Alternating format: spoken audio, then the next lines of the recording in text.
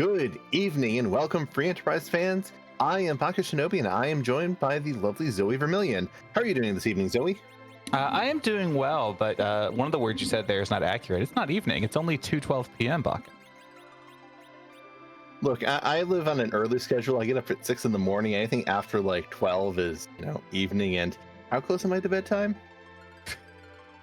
Well, hopefully we have a quick race so you can get to sleep before you, what is it, turn into a pumpkin?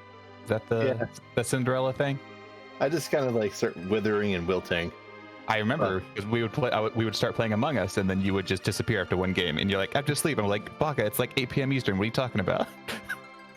Look, early to bed, early to rise makes things mildly tolerable. But yeah, we have a race to commentate. This is a 1-2 matchup between RowdyRoddySniper and frankiebones. Neither of these players are going to be able to punch a ticket to brackets tonight, but one of them, I'm going to knock on the biggest piece of what I have. One of them will be eliminated so long as there is a loser. So a lot at stake here. What are you looking at these? I guess these are the fake objectives. What do you think about these? I think these runners will definitely be out for a bit of trying to go and take some licks off each other because, yeah, they do not want to go and take that loss and get knocked out of the running for making the brackets. The top 16 runners move on to the bracket round, and you need less than 3 losses to get there. And with a third loss, that will definitely put you firmly out of the running for that. So that is, you got to go and take your wins here on a hard road right now after taking 2 losses so far, but you got to go and keep taking your chances. The tie would be interesting. It would be interesting to see the tie because I don't know how we'd have to deal with it. I wasn't going to say the word. I wasn't going to will it into existence. But now you've said it. I'm hoping it doesn't happen for the sake of all of the admins, you and myself included. But yeah, no, you've got to win out from this point. You cannot afford any more losses. The 1-2 pool is very deep. The 2-2 pool for next week is already shaping out to be very, very deep. So they've got a long road ahead of them, but I believe both these runners are capable of doing it. I've seen them race.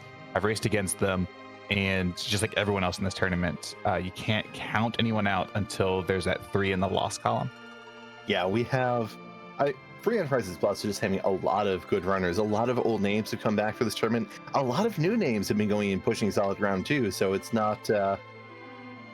we know who's going to go and be in the top 16 just by looking down a list of names. No, we have a lot of very good runners who are going in not in the position they want to be, and you can go and have some good runs for yourself as well.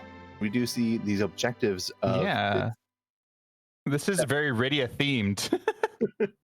Rydia start, and we're looking for 2 of the summon bosses. We're looking to defeat Bahamut and Asura, in addition to our 3 static objectives of completing Cave Magnes, forging the Excalibur with the Adamant and Legend Sword, and trading away that pink tail for whatever tier 7 item you get.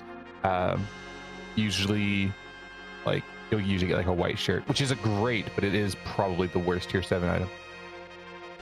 I mean, Dragon God being pretty bad when you don't have Iridia. Not that that's going to be a problem for this team, as we were starting with Iridia and a Tella. That is not exactly screaming, I have damage right now.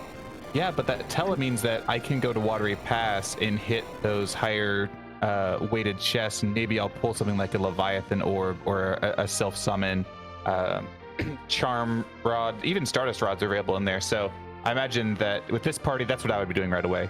Anything I can do to get a bit of damage here early. I would definitely agree with that sentiment because, yeah, you want some stuff for this team. You are not going to be able to go and do damage. Tella's main of doing damage is going to be Fire 1 or Lit 1, which is not terribly impressive, while Rydia's form of doing damage is waiting a long time for that Agility to give her a turn. Looks like we are getting some divergence from the looting. RowdyRoddySniper finding a power shirt here in the back of Watery Pass. Great item for a melee fighter. Not so great for what...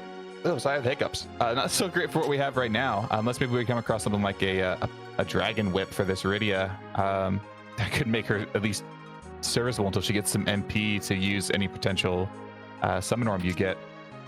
Give me a power staff, and I will give you the most wool Tella you have ever imagined. Yeah. Plus 25 strength can do a lot, and a 90 accuracy weapon on Tella, even he can go and impress you with his martial prowess. Yeah, absolutely. Definitely gonna be doing a good Yang impression. And I believe we had a vanilla Yang there in the Baron Inn, having a bit of tea, maybe a scone with those dark imps. That power shirt, if you can get that Yang, they'll put it to good use. Yeah, he will go and be able to use that as he gets double scaling from strength, because he is one of the 2 fighters in this game who go and use both their hands for attacking. And when you go and get strength, you go and get some damage power for each weapon you use. And if you use 2 of them, double up. Yeah. Rounding out our looting here, RowdyRoddySniper seems to be doing the full clear with access to exit. Finds a Soma drop. That's going to be good for that Tella. I love going in Tella from 90 MP to 100 MP, not because I necessarily care about casting Meteor, but because I like being able to go and cast, like, say, 4 Wheat, or 2 Tier 4s in a Berserk. There's just so many different things. And we see the officers are in the waterfall spot. Looks like the waterfall is a public bathhouse today. All the officers want to take a nice little break after a long day of work. But I'm definitely with you there. The Soma drop is great. I don't feel it's quite as huge a pull as it maybe was in 3 Zone, just because the prevalence of the D-Machine grind has gone considerably down with the lack of Slingshot and Vanilla Giant. So the 4 weeks is way more situational than it once was. But access to Meteor, if you can find something like the Calbrana dolls in a late game spot, a cheeky Swag Rocks from Matella can take them down and maybe get you a bit of an advantage if your opponent isn't able to take that fight that way. Yeah, or finding a CPU in a rather medium spot could be nice, as if the second boss of Baron Inn is the CPU, this team's currently going to struggle to get through that, as they still don't really seem to have any good form of targeted damage for that CPU body. So, Heroin Robe. Well, that solves a lot of damage. Yeah, if we could give us that Dragon Whip. I mean, I think we might have found a mutant knife that'll go and that'll work too. Yeah, especially if we run into something like Baron Guards, or even that Asira up here on Mount Hobbs. Heroin Robe Mutant Knife, that's a way I've never killed Asira, but I won't say no. Yeah, that is definitely a way to kill Asura. That mutant knife going and exploding the mage weakness, so quadruple damage or quadruple attack bonus to that, which ends up being even more than quadruple damage. Meanwhile, frankiebones is clearing out the ice on Mount Hobbs, and one of the flags we have is that instead of learning fire for going and clearing this ice, Rydia learns a random summon that is not Bahamut or Leviathan and gets rewarded with Indra. Indra, solid. Yeah, otherwise known as Rama, if you've played any modern day Final Fantasies. Of all of the weirdly named summons in this, that is the one that confuses me the most. I did a research paper on mythologies found in Final Fantasy games, and let me tell you, it's really hard to go and find information about Indra. That is, someone dug deep for that summon name. Yeah, because like Jin makes sense, and it's just like Indra. Like when I first started playing for Enterprise, I would just stare at my summon spell menu in battle and go, "The heck is Indra?" And I cast it. And I was like, "Oh, it's just Rama." Okay. Having never played any of the other Final Fantasy games, and this one being my first one, I was like, "Oh, Indra, the lightning one." Oh, you had the bad time of getting Rama in Final Fantasy V. Going, "Who are you?" It was many years before I played Final Fantasy V and saw Ramio. I think the first time I saw him was 6. That's a free fight guarding the best white mage in the game. So you absolutely just take this. If you've got maybe some race nerves here early on, you take a moment to breathe, maybe take a drink of water, and then you'll walk away from this fight with a shiny new Rosa. You might want to stick around a bit, because one fact about Rydia is starting at level 1, that 30 HP doesn't necessarily go very far, unfortunately. And even these bosses who, that magic power solo, they missed one of their spells, still can kill Rydia, because that's 91 damage from a fire too. Not terribly dangerous, because it's only come out a few times, but that's enough to take down Rydia, unfortunately. And both our runners eat a fire 2 to the Rydia at the same time. So you're right. If you want the experience on your Rydia, you want to stick around. But worst case scenario, if you really needed to maybe use the bathroom, you forgot to go before the race, Tella would survive. Yes, this is I think all the spells cast in this fight might have been enough to take Tella down to critical HP. Yeah. But Frankie Bones waits it out. They became conscious, they regret their decisions, and they're going to leave. And then we'll probably start getting we'll get started on some of our key item check. Wow. Frankie Bones reached the script part of the fight, but I'm not sure if his battle speed is lower than RowdyRoddySniper's. Just look at that queen. I think she has exceptionally low speed here. So she just wasn't getting turned. Yeah, and RowdyRoddySniper took out the king, and rather than triggering the became conscious script, the next time the queen does go to take an action, if her husband isn't there, she will just go, oh, okay, bye. My people need me. Farewell. Yeah, we're gonna get our first look here in Antlion. We have that heroine robe, which if Rosa started with any good arrows, would be pretty good. RowdyRoddySniper, I need to just start calling him Rowdy. Putting on the power shirt there. Don't know. Oh, he's got the heroine robe on Rydia. Okay. And taking the Elven Bow and Darkness Arrows offering and giving her a Blitz Whip instead. Going and switch those to Rosa. Rosa does have the aim command, so being outside of that center slot, the aim command is guaranteed to hit anything, really. You can even hit. Fun fact about the aim command.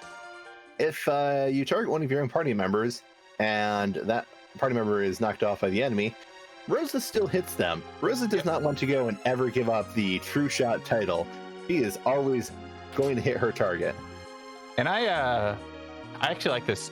Keeping the heroine robe on Rydia, I don't know if this was a case of reducing menuing because you don't really care too terribly much, or if it's a case of wanting to keep the will penalty off of Rosa in case you need some healing here early on. But the power shirt will still do quite a bit to get her damage up, which won't matter. This is unfortunate. First two fights we see, two free fights. Ooh. Wow, Frankie Bones going and getting some unusually nice stuff in the save room. Yeah, that was a ribbon and a defense sword. So if we find a cane, that is Kane's best weapon up to a certain level. If we get a Cecil, he can use that too. And then that ribbon could come in huge if we come across a nasty Golbez or Evil Wall during the course of this race. Yep, and another piece of information that I didn't realize, the ribbon is a piece of equipment that anyone can equip that gives mage resistance. Those rune rings are, yeah, that is something I actually discovered because it came up. Someone, I cannot remember the race, but I was watching someone and they were saved because their cane had double defense against Ashura and was able to squeak out a victory off of some very nasty punches because Kane was just barely not dying. I believe it was the Jeebus PK race. Chad is pointing out that the heroine robe also gives mage resistance. What? I was unaware of the heroine robe giving mage resistance. I know the rune ring and the Aegis shield do. Those are the two ones that I always think of. It's not that I don't believe chat. It's just that I go and have a secondary source that I go and verify all my information with.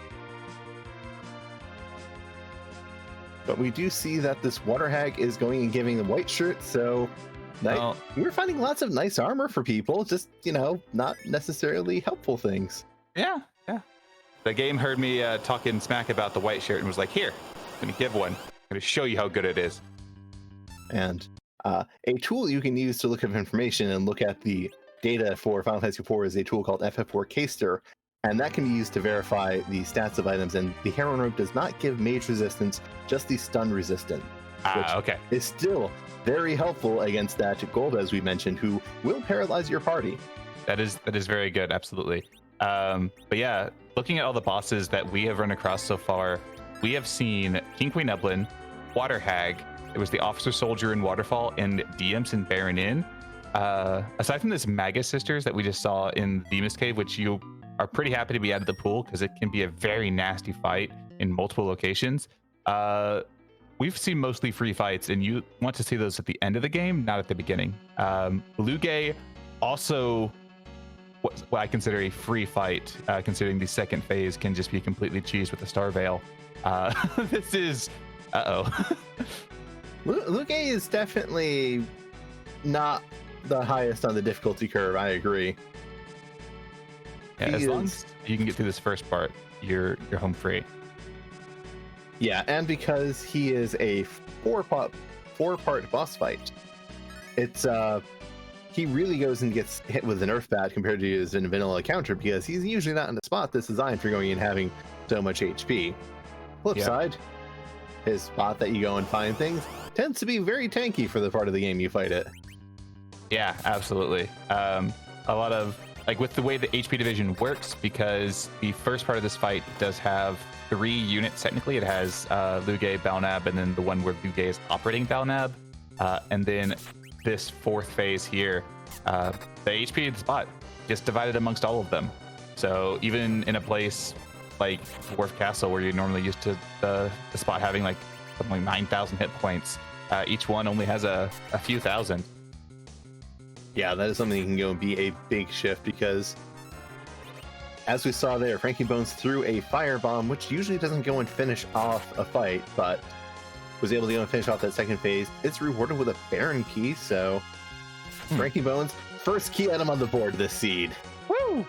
And Rowdy is on Mount Ordeals. Probably wants to get this Tella online, get his full suite of spells, have access to Berserk, have access to stuff like Stone, Size, as well as tier 3 elemental spells, which, while Tella is not known for dishing out the big damage, if you come across anything that he can exploit an elemental weakness, particularly in Odin, his tier 3 spells can hit very, very hard. Oh yeah, I love having Tella when it has to do with something like that Odin you mentioned, elements. Tella can go and do a lot of good work on that fight and a lot of nasty spots. Kinazo he can help with depending on your setup, because weak to Lit 3 and Ice 3, depending on the phase of the water. So Tella can really go and hit far above his weight class thanks to those tier 3 spells early. Yeah. And Rowdy is through this Mom Bomb here at the front of Ordeals. frankiebones gonna come on over to Ordeals as well. Both runners. Oh, did Frankie buy a Sylph Orb? Is that where he got that, or did he find that in like Sheila's tower? I believe he bought it, because looking at his inventory. Oh yeah, he's got 4,000 GP and like. Yep, and he bought those lit arrows. He found the samurai bow was the last time I remember him finding, but had to buy lit arrows, and then with that Sylph afterwards, very likely that he purchased it in addition to that 4,000 remaining gold. Gosh, you pay really close attention. A little bit of French vanilla Mylon action here. Back attack with Mylon and the boys. Going to not pose much of an issue. This spot isn't terrifying. It gets the jump on you by nature of the surprise attack, but not much from there. Yep, Mylon's punches will probably, well, I would say they would hurt a bit, but with the armor we have, it's... I worry that even, you know, these poor fragile hands in this beefed up spot are going to go and break against the armor that our team has. Yeah, quite good armor. Everyone's in the back row. Not going to be super scary. I do find it interesting that with the equipment we have, we do have a decent amount of damage, especially with Frankie having access to that Sylph Summon now. Still opting to come Ordeals before doing Baron in. With the EXP no boost flag on, every little bit of experience can go a long way, and I've found myself routing in Baron in before Ordeals if I think I can take it, just to get the Baron boss experience on that character from, the Ordeals boss experience from that character in Baron in. And Yang gets a lot of value from getting levels. Yeah, that is entirely fair. I do spy a Siren in the Arbiter's inventory, so maybe they're going to go and plan on taking that Yang underground to experience the joys of scrambling eggs with that one Siren you can use to get a good infusion of 34,000 experience. But I don't disagree. Alternatively, they might be planning on just leaving Yang alone, as he does need a lot of experience to be able to go and become a good physical damage carry. And with this heroin robe and these good bows we found, maybe planning on just letting Rosa carry, as 800 damage comes out on frankiebones' side. Yeah, That's absolutely true. I would have thought with maybe the power shirt inventory, maybe you do want to get the Yang, but I can definitely see it. He does take a lot. Both him and Rydia are characters that if you get them early, they can really snowball into very, very powerful characters by the time you get to Zeromus. But picking them up even like kind of early mid game can be a bit dicey just because of how much you need to invest into them. Very much so agreed. RowdyRoddySniper is through Mylon, while frankiebones is getting the explode script on Bomb Bomb. Bomb Bomb getting generally considered an absurd amount of extra HP for making sure that we go and actually see that explode script. We're usually skipping it only with a very high-powered party or when you're on the moon. Yeah, absolutely. I think it's something like 9,000 additional HP to ensure that that goes off. But if you have a couple of nukes, you can get through it pretty easily. Red is going to show us what is the key item at the top of Ordeals and who is the boss we're going to be fighting. Still need a way underground.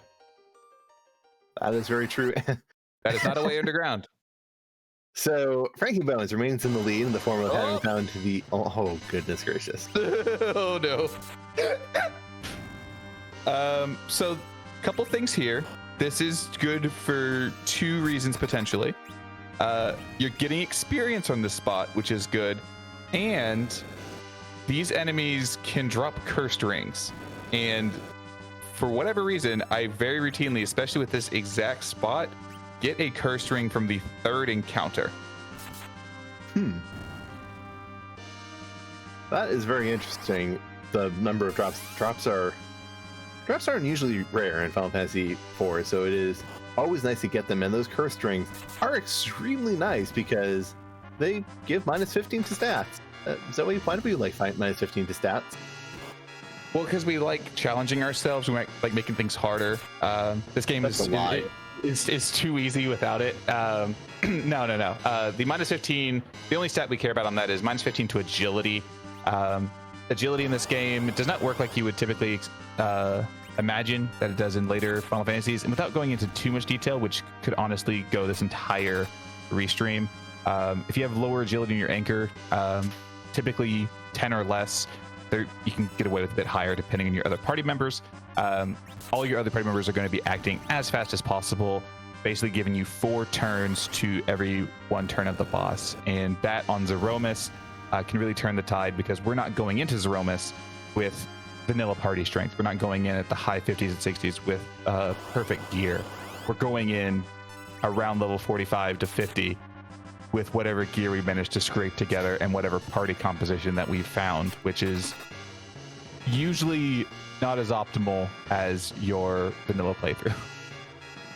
Agree. The vanilla playthrough likes to go and give you some, a good set of melee fighters, a caster to go and do AoE damage, and a very, very, very, very, very, very, very good white mage. Yes. But frankiebones is through that Mylon fight and is now going to see the joy of the 3rd ribbon they found, 2nd one from a key item location. Everyone's safe from Golbez this seed. Golbez is going to go and look at this and just Shadow's going to go hungry today. Shadow's going to go and turn on Golbez after that. Just what games are you playing? But I believe this is the 4th fight for RowdyRoddySniper, so 1 more fight for them, while frankiebones has just entered it and is going to go and have the joy of getting completely started on this. They do mercifully at least get a full refresh when they enter and leave this room, but between all the fights, they got to go and make this HP and MP last. Yeah. And our restreamer Solaris pointing out in chat that the rudest part about this is that Tella doesn't get his spells until this is over, so you don't even have access to like Virus or anything. Whereas if you had Cecil here, he does become a paladin before this fight. It's a little biased against Tella. Yes, Cecil gets turned into a paladin and is forced to prove himself against his dark self, while Tella is just sitting there looking on. No, this reminds me of something. I don't know what it is, but I feel like it's something rather important I've forgotten, or maybe a rather important 40 or so things I haven't forgotten, and one thing I haven't never learned. But now he has Media. So if he wants to cast some swag rocks, Reddy is the one that found that Soma drop in the Watery Pass. Assuming he has used it there, he can now cast Meteor, and it won't kill him this time. Not even without the NP Underflow glitch as well. So Rowdy Stellar is ready to rock on. And Rowdy is going to leave here. Has only done Antlion and Ordeals to this point. We have the Baron Key sitting at Fabul Defense behind Dr. Luge. And then we have those Dark Imps guarding the Yang and Baron in.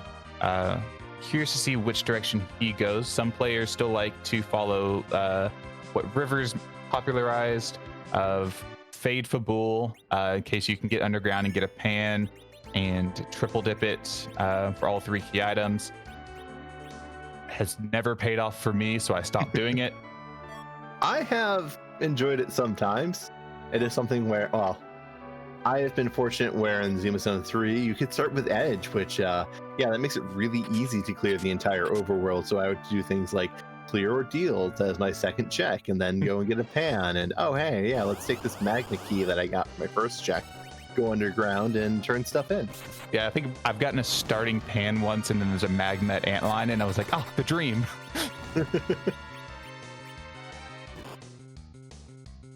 Well, it's great to go and get that pan early, so you're not just always putting it off, because that is one of the delicate balances where you want to get the most value you can from your time, as walking down the Sylph Cave and to Sheila is kind of time consuming. But here we do see the Elements fight has shown up, which, well, Tella can go and do a bit of flexing on this. Yeah, flipping it over to Ruby, he'll be weak to ice.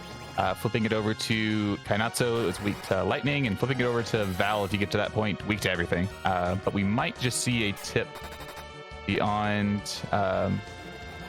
the death HP. Oh, no, not quite. Or is I believe has an elven bow, but not going to have some super great arrows against that. But Rudy's Split Sweep is also going exploiting some weaknesses against the elements, so doing good damage. And there we go. Didn't even get to see Val. I'm impressed that we didn't see Val, because that is usually a counter, and Kanazo was that close to dead. I'm surprised that nothing came out, but we see the path. Rowdy is 24 minutes in and doesn't have a key item to his name. Rowdy, I really wish we could do mid-race interviews, because I would like to go and say that to Rowdy and ask, so Rowdy, how do you feel? That is... And then so that means, from our knowledge, it's either going to be at the Baron Throne, or there's a Demas somewhere, or it's behind a chain from Baron Throne. But yeah, it always feels bad. You're like, where are all the key items? I mean, I'm sure someone is loudly asking, Solaris, did you give key items? Did you manage to sneak in a wacky flag? This is funny because, yes, Solaris pointing out subverting all expectations. They're all in the moon, because Solaris has started to gain a bit of reputation for rolling seeds where there are no key items on the moon. My very first race, there was everything on the Earth, and had go mode and just had to find a darkness crystal, if I'm remembering that seed correctly. Decided to mix it up today, didn't ya? I mean, I'm a bigger fan of the seeds that I play where I get my first key item. It's like, all right, go mode. Let's go. Let's make this happen.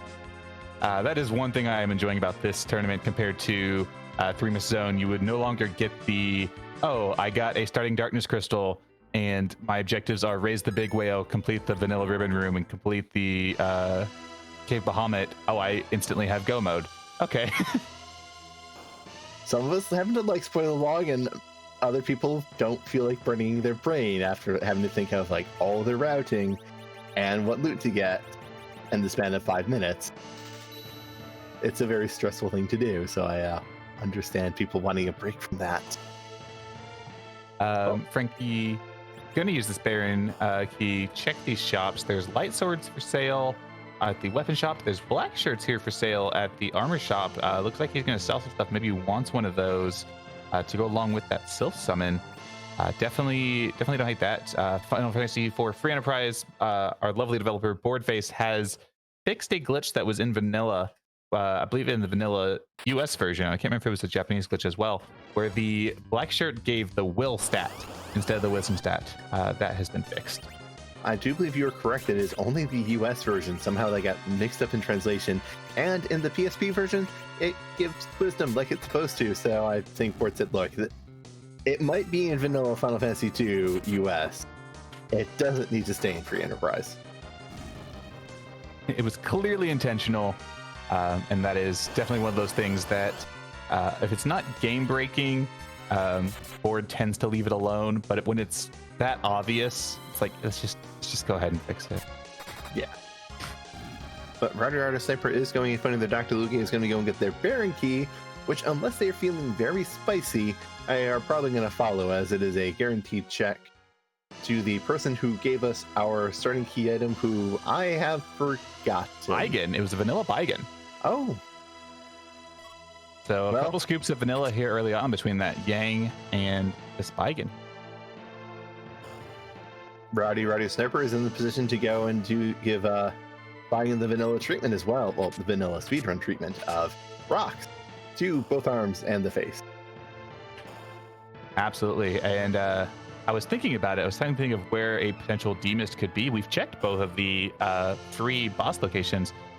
So if this is a Womp and we get another non-key item here, there's a boss at the Maga Sisters location. Yeah, one of the things about Free Enterprise that is not always obvious to new runners, which I can't blame them for, you can get to the Maga Sisters spot, because in Toria, instead of going and just having it be a story event that takes you to Zot, there is a guard who you can go and talk to send yourself to Zot and get access to those to the chests in there, including the Flame Dog chest. And you can fight the first boss up there too. Yep, and the meme is Demist at Maga Sisters, and until Frankie pulls progress or a hook or a magma key out of that Baron pot, I'm going to be sitting here going, it's Demist at Maga Sisters. It's Demist at Maga Sisters. I have an important question for you, Zoe. Uh-huh. Have you ever gotten that? I've never gotten a required Demist at Maga Sisters. No, I have had Demist at Maga Sisters, but it was not required. I have gotten a required Earth Crystal from the Flame Dog chest on K-Trap, though. That's cute. I have had exactly one seed going to require me to go up to that Maga Sister spot. And I remember the seed so dearly because it is where it gave me a hook, which led to the Antlion blocking in the Rubicon spot on the seed that I decided to do the incredibly bold play of making all Porum. Oh no.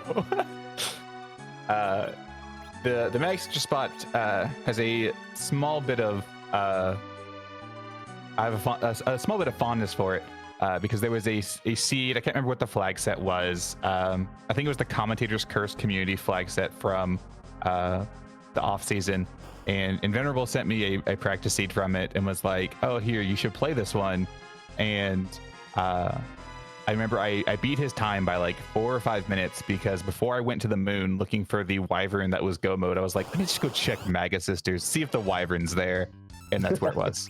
And I felt so cheeky. That is definitely cheeky. Another cheeky thing is finding Wyvern on the throne after he has to do the first boss fight. We don't find it here, which would have been doubly cheeky. Yeah, because then that would have guaranteed Demist at Maga Sisters because the Wyvern cannot block our logical underground access. Exactly. Instead, frankiebones is going and fighting some... I'm assuming that these are former holy dragons that have been unfortunately forced into Zemus's service because they are not weak to holy damage despite being undead. Yeah, I have to imagine that is the case. Yeah, for maybe people watching that don't quite know what I meant by the blocking underground access, there are 3 bosses under normal circumstances that cannot block your logical route underground, those being Wyvern, Golbez, and Valvalis. So any way you can get underground is not going to go through any of those. which is always very funny when you're diving your hook route after clearing out the overworld and you see that there's a Golbez at that Rubicant spot and you're like, oh, there's a Demus at King Queen Evelyn with the Magma There's Key. another location for Demus in that situation. Oh, no, sorry, you said King Queen Evelyn, not Magus Sisters. Yeah, no. Yes. Like, yeah, it could be the Mag Sisters as well, but it's like, it's probably a King Queen Evelyn. Which is then the hilarious, do you go walk out and go through that, or you just go through that? But you just push through at that point, yeah. We got a twin here. I believe that was a Palom. Well, we finally have a damaged twin, which is very nice, as I don't think we need more forms of healing. But we do have a 5-mage party here with the Summoner, the White Mage, the Sage, the Black Mage, and the Punch Mage. Yeah, I was actually about to correct you because I thought you said 4 mages, and I was like, you forgot the Punch Mage. But no, you absolutely were right on there, Bob. I know my mage types. All of them apparently resistant, are going to go and struggle against this Ribbon, which why we're glad they're on our side. And what are we going to pull here? Ah, there's the hook. Okay. Well, technically the Dream's not dead. Yeah, I was like, we could still have that Golbez at the Rubicon spot. For anybody that watched my last comm shift, I am very, very good at predicting very cursed boss locations. Speaking of cursed locations, frankiebones is going down and checking the Odin Throne, which we didn't go and include this location in the places where the underground access can be because it's not allowed to be here. At least logical access isn't, as this spot's pretty mean. Yep, and Slayer's asking a very good question. Did Frankie save? I'm going to go with yes, otherwise I don't want to think about the consequences. I do believe he saved, yep. Yeah, because that's no-go pogo. You don't want to deal with that. Ogopogo, Ogo-no-go, depends on where you're going, how you look at them. Yeah, but that Ogopogo is not going to be at the Ruby spot, which is good. Probably one of the nastiest fights you can find there, guarding your way underground. Definitely a very rude fight. Definitely one of...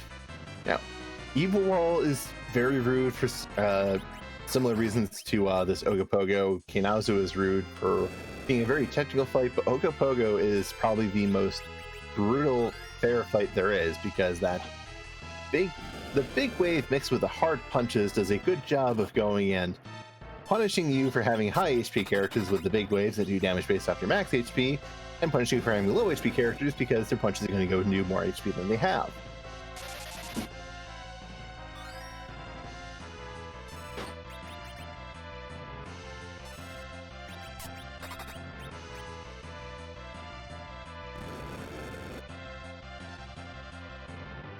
Frankie going, let me go check this spot. Maybe I can find a Demist. I don't want to go the hook route. We do also have 2 boss hunts, so definitely not an unfair thing to do. Just checking your bosses, making sure that, am I going to go and leave? One of my objectives here is sitting all game because I kind of forgot to go and check. Can't say I've ever done that before. No, that's a mistake you would remember for the rest of your days. Mm-hmm. Yeah. I say as I missed a vanilla Demus there who led to a darkness crystal that gave everything you could possibly want because nothing was on Earth. Yeah, I left a boss in the waterfall cave one time. For a long time. It stings a bit. Yeah. Yeah, when you 33 of 34 bosses and go, why am I not done yet? And then you go, oh, I forgot the waterfall spot. Discovering you forgot is one of those bitter tastes that you never forget. Mm-hmm. I didn't see if Frankie has shown us what is on the buy portion of this shop. I presume this is the Cave Evelyn item shop. Selling quite a bit of stuff, clearing out some inventory. Very good if you plan on looting. Bacchus and Hourglass 2s. Bacchus are good for that Yang. Hourglass 2 is good if you want to take down the Mad Ogre chest and get some experience in a shot at a decent item. I don't know if the Hourglass 2 or the Hourglass 2s may be necessary because in an unusual turn of events, every single character on this team can equip a rune ring. That is very true. You're absolutely right. I'm definitely used to only having 3 rune rings at this point because the first thing I do in this flag set is I just go sell 7 of them. The very first thing I do. Entirely fair. But yeah, the rune rings are nice. and you have access to the size spell with Della, which allow Yang's gonna be the only one that can really do damage unless you still have that heroin robot on Rudia with the mute knife to punch them down to size. We do have an elven bow, I believe. So Rosa. Oh yeah, you're correct. Rosa is definitely my prime choice for this. We may even have some... Oh, no, that's just rude. Yeah, that is not at the King Queen spot, but that's still very hilarious. We have a bonus round on the required hook route. That locks in that this hook route is absolutely required because there will be no other way underground without fighting that D-Mist. So yeah, can we get a DKC at King Queen? Oh, we've got a Yang. It'll be fine. Yeah, but why not ask for Evil Wall there instead? Oh, because I like our runners. You clearly don't. No, let's be fair. You just didn't think of it in time. Yeah, yeah, that is the true answer. Then again, it's not like we just started going and suggesting that there's such thing as a Skelly Classic off the back of a required DKC on a hook route with a team that didn't even have a Yang, but was mostly Tellas and Porums. All I'm saying is I'm glad the Ogopogo's not there. My very first community race that I was ever in had a Ogopogo at Ruby hook route. I came in 8th in that race because there was a lot of forfeits. If there's a fight to forfeit on, it's that one, because that was my first hook boss, and I was just like, oh god, hook routes are awful. Yeah, it's like, I've done something wrong. This can't be this can't be right. There are very few ways where I go and look at that and think, yeah, no, this is entirely how I'm supposed to be dealing with this. No, Ogopogo is he's a mean fight. But we'll see what we can find at that King Queen spot. One of our 3 bosses we truly care about is going to be off the table with that D-Mist at Ruby. But if we get a Bahamut there, then that's a free King Queen spot. And if we get an Asura there, that's obnoxious, but still doable because everyone will still have mage resistance. Or here's an incredibly cheeky thing you can go and do against Asura. Uh-huh.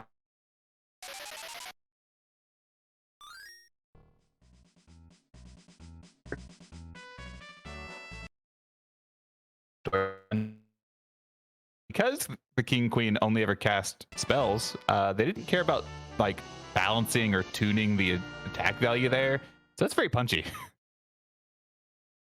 Yeah, it's very punchy. It hits very hard. Ashura only counterattacks. She doesn't actually go and attack you. She is very much so the every action equal reaction type of person, as she'll just heal herself for every turn she has, and she gets a lot of them. Doesn't go and really throw any punches to you, but when you punch her, she hits back, and she hits back hard in that spot. Reflect, however, second power shirt, because that is exactly what this 4 spellcaster 1 punch mage team needs, is yet another power shirt for characters that if we ever need to do physical damage with everyone in this party except for Tella, I even Tella at this point, we can probably go and swing it. Yeah, absolutely.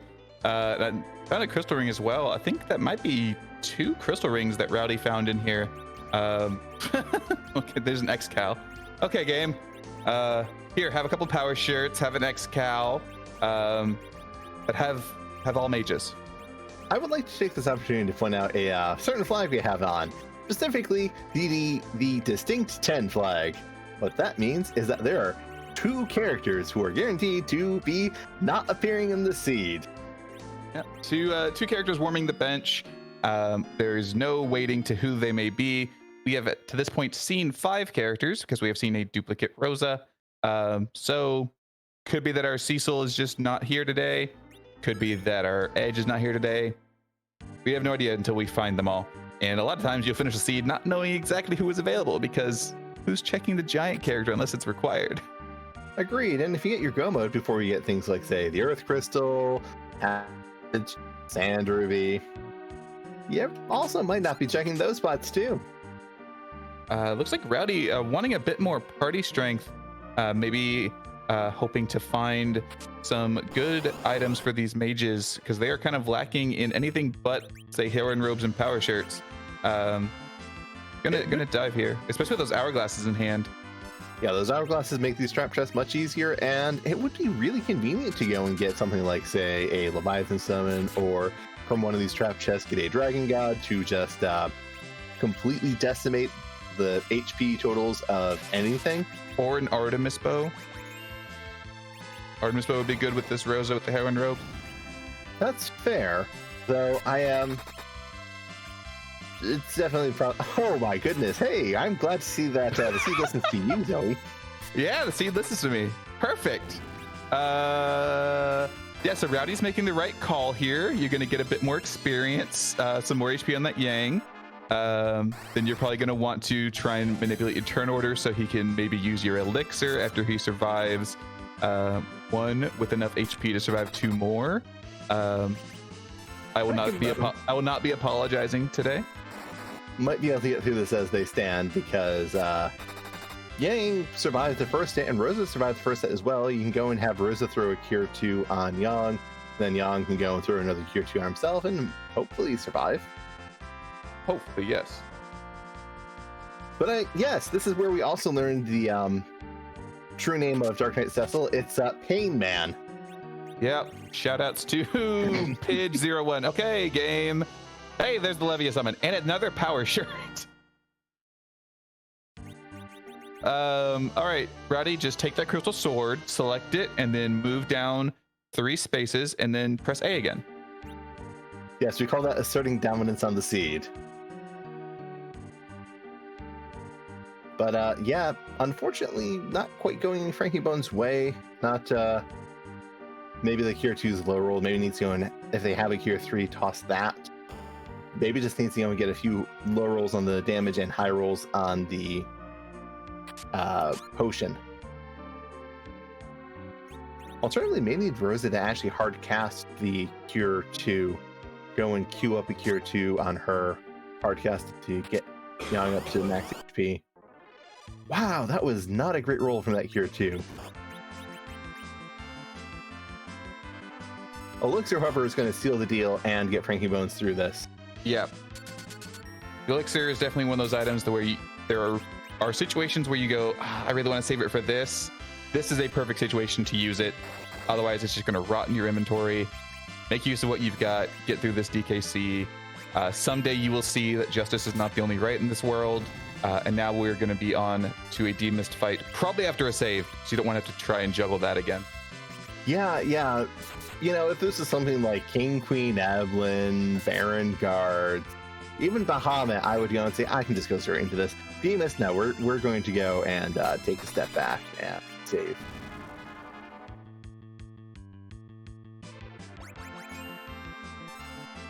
Meanwhile, RowdyRoddySniper is going and continuing their way through this Evelyn Castle. It's going to be very swole after it, because they're getting a lot of experience and going to be very well prepared, but frankiebones is going and making forward progress, which there are unfortunately more efficient places to go and get to levels and some items you might not end up needing, so this could go and be putting frankiebones ahead on terms of just making progression to the seed, as we still have 0 objectives completed. Yep, and a crystal sword from that trap chest for Rowdy. Not super great. Another crystal ring. Coffin's kind of cheeky. Coffin is pretty nice, actually. That's cast death on one thing. Very nice to go and be able to do on occasion.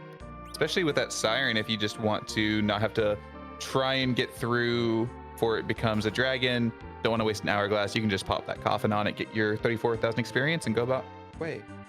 Yep. Definitely one of those things. It is, it's... just being able to go and clear something quickly is very helpful in this. Just speed really matters in these races. Being able to go and get through some stuff with fewer resources doesn't matter if you can go and get through it and make your way faster.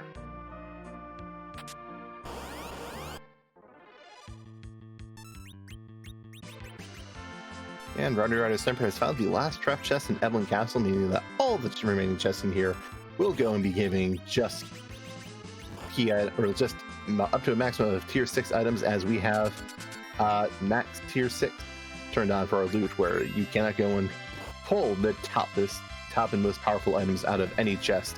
You can only get them from a reward or a trap chest. I'm also amused at the fact that RowdyRoddySniper's second Rosa continues to go and get punched and not able to try and gain experience. I imagine Rowdy is much less amused. Oh my... Solaris! 1 crystal sword, 1 Excalibur, 1 crystal shield, and Ablin Castle. In Upper Babel, we get another Excalibur. Oh my gosh, this is... Cecil's definitely taking the day off. My word. Yeah, frankiebones, this is going to be a slow fight, but you've got a couple sources of blink. You'll be able to get the damage out slowly, but you should be fairly safe, especially with Sylph having the incidental healing from doing probably the most damage your party can do at this point. Yeah, that I did go and forget that frankiebones fought that Sylph summon, which definitely paying dividends here. 1,000 damage is the most you're going to be real at. Well, Pelham might have virus, so Pelham might be able to go and pull out some reliable damage. No, Pelham is just barely shy on virus. That is the unfortunate part of not having a slingshot turned on, where with that slingshot on, what happens is if you have a character who is more than 5 levels behind the median party level, they will get double experience until they catch up. We turned that off because we talked about the D Machine grind and everyone doing that in Demon Zone 3. One of the reasons is because the D Machine grind, you can get an obscene amount of experience in one fight and take a level 1 Rydia up to nuke instantly. Yeah, and Rowdy took the second Rosa over the Palom, but does have that Leviathan summon.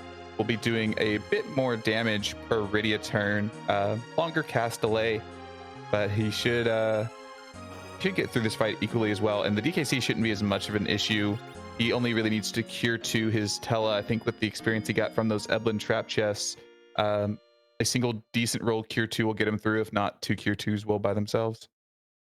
Yes, the one concern I have for RowdyRoddySniper is how much MP restoration do they have? Because Rydia can only cast Leviathan 3 times. It does cost 50 mana per, so that's a good call. Do something to recover Rydia's mana. If you don't have Ether 2s, you might be burning elixirs for it, which we say it's important to use them when you got them, but God, does it sting every time when you go and burn one and wish you had them later. Yeah, I think 6 Leviathan summons would probably get this Demist, if not completely down, majority of the way there.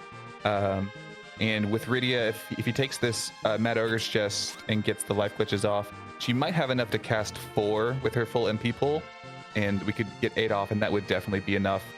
Very slow, but it's going to be a slow fight regardless. There is really no way to speed up this fight. The only thing that could speed up this fight was maybe if Palom had virus on frankiebones' side and was bluffed up to maximum power, but Demus is unfortunately slow. My preferred way of dealing with Demus in a spot that's not 2,000 or 3,000 HP is to have nuke. Yeah, absolutely agree. Rowdy's going to go ahead and take this Mad Ogre chest, get his second X-Cal, and go, where have all the good Cecils gone? This is more of a Cecil now, Cecil later seed. Yep. And as soon as you decide to just finally commit and sell all those swords, you're going to get your Cecil. And then it's like, come on. Yeah, that is definitely going to go and be the... I have so much money saved up for something. I could go and spend it. I could go and turn these... I can turn these Excaliburs and Crystal Swords into Sirens. 7.9 Sirens each, I believe, as Asuka, one of our favorite restreamers, goes and likes to point out. And speaking of restreamers, let us go and shout out our restreamer Solaris3 and our tracker Scythe Marshall. Thank you. Thank them both very much for helping us put on this show, as we wouldn't be able to have one without them. It is always helpful to go and have all the people in the community willing to go and help us out on this, putting these races and bring them to you for you to see. So if you are interested in this, feel free to join, try and join our teams. We are always looking for more people to help us out. something to be appreciated, and just help make this help this community grow. But we do see RowdyRoddySniper is through that fight and may have been less than impressed by the rewards.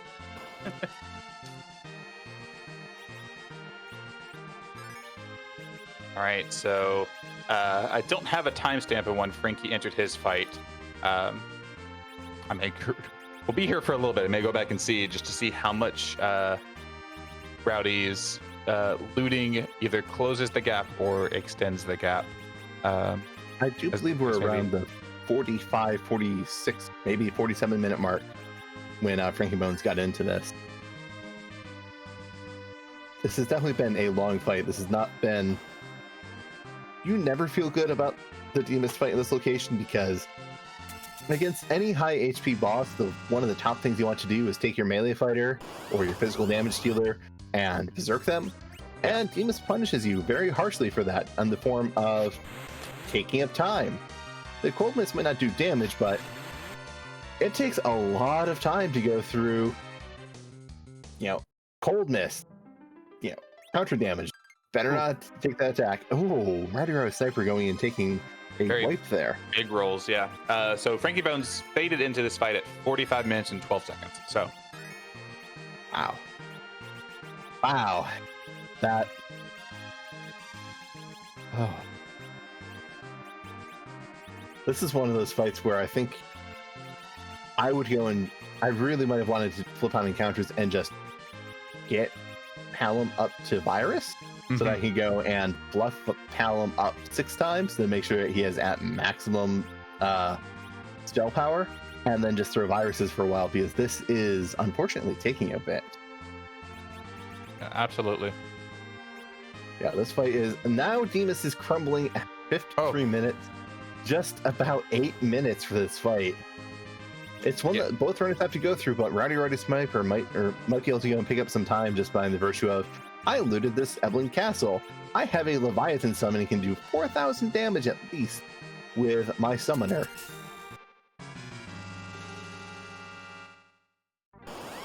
Eight minutes and 35 seconds from fade in to fade out. We will see once Rowdy gets through this DKC how long his fight takes him.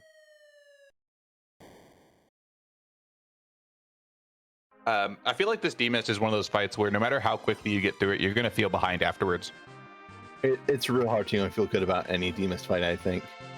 And fortunately, RowdyRoddySniper is not having the turns come up. The top Rosa appears to be a bit slower than the second Rosa or something, as Rydia gets a turn, Yang gets the second turn of his party, throws a cure potion, but then isn't in position to heal up for the third Dark Wave. That Demas is pretty rude. You have to go and sometimes just need a very specific agility setup where you can daisy chain cures onto the important character. You just designate one survivor and throw cures onto that person. Yep. And judging by what chat said, I missed it myself. We have an evil wall at the Luge spot. That we do. So that's fun. Yeah, that's something that I'm sure frankiebones is excited to go for. RowdyRoddySniper might be a bit more interested in that, as they do have that Leviathan summon. And we also have a heroin robe and a samurai bow and some okay arrows. Checking weapon shops might be valuable to get samurai arrows, as Rosa is going to be the primary DPS for a bit.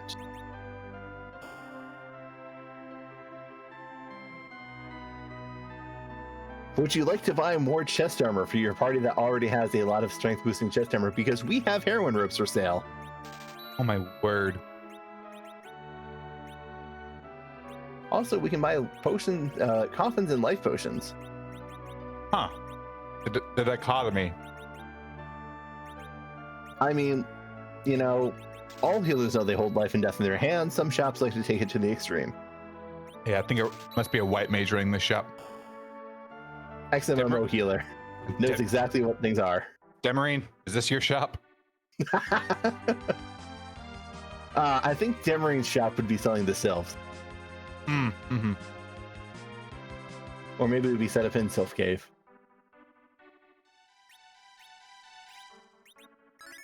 But RowdyRoddySniper is choosing to go and take some random encounters to just get some extra experience, it's hard to just...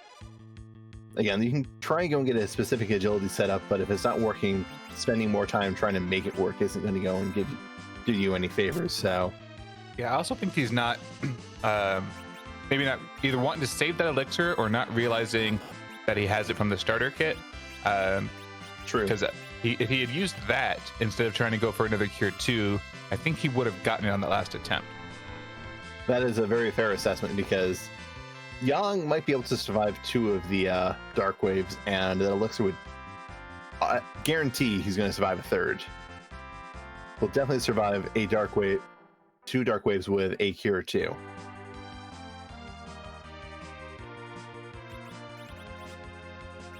frankiebones going and popping their siren, burning an egg, getting some more levels, getting Quake on their Quake Kid and Virus to go and help them do damage, as that was sorely missed in their Demist fight. Yep. Does need to remember to go and check Demist, actually. Hey, Rowdy getting access to the Blink spell on that second Rosa. If you've got the MP and you got the Leviathan damage, having access to as many sources of Blink as possible for that Demist is going to be the way you get through it. We could see a much quicker Demist fight as soon as he's able to get through this DKC. Yep. Actually, one of the things that I didn't consider, but you can do, I did mention that you don't like to go and berserk your characters on the Demist fight. There is an exception to that, and that's in the form of having some way of cleansing the berserk. And a Silver Staff is an infinite reusable source of cleansing berserk. It casts Basuna, which clears some specific ailments, and frankiebones is discovering that he really wants to have a lot of money. Yeah, that is a Sirens for sale in the shop that you probably want to see them at the least, because you don't want to come back here if you can avoid it. Honestly, I would be looking at that X-Cal going, this is a lot of Sirens. How many? All right, so here's numbers, because we always like those. Rydia needs 1 million experience to get Nuke. Every Dragon Egg is 34,000 experience. Oh, I have a thing. Hold on. I wrote a thing for this. What level is this Rydia? I believe 27, maybe 26. We would need 27 Sirens from right this moment to get to Nuke. I always count on 30 because I'm real lazy, and I look at the amount of experience I get, and if Rydia is not in the 40s, I say, yes, Rydia needs 1 million experience to get Nuke. But yeah, that's a lot of money. That's a lot of nope in Feymarch. Oh my gosh! What? What is this? Suffering and pain incarnate. Things about this Feymarch that, for people who have not seen this before, are curious about. The boss on the right is Valvalis, who, among other things, likes to spin and turn into Tornado and gain magic evade, so they just kind of don't take damage from magical spells, which, with the exception of Yang, is how we do all of our damage. The other person on the left is Odin, who punches, casts Sentetsuken, which does a very significant amount of damage, and then goes back to punching for a bit, if you survive to Sentetsuken. Yeah, and that spot, being the Leviathan spot, is tied with 2 other spots for the highest physical damage output in the game. So those punches are going to be exceptionally punchy. I think we have a vague understanding as to why there may be Sirens sold in that Feymarch, because you're not going through those fights the first time. Yeah, it is entirely a scheme. The item shop is colluding with the King and Queen of the Feymarch to sell more Sirens. Yeah, they're definitely trying to go and inflict feelings of inadequacy on any adventurer who comes in there saying, do you think you're this swole? Do you think you're this powerful? Do you think you can go and just spin your way around anything? Take us on and you'll see all of your shortcomings. And frankiebones decided, the underground is a silly place. Let's go back overground where all the bosses were nice and easy. I didn't realize that the underground was just Camelot with more lava. I mean, let's be honest. We can dance around the issue all we want, but the underground is kind of hot. and an unpleasant escape. Can we dance around the issue whenever we're able? Only if you're willing to leave your friends behind, I think. Okay. Oh, Demas! Do you want to do a boss hunt? Would you like to check 6 different boss locations?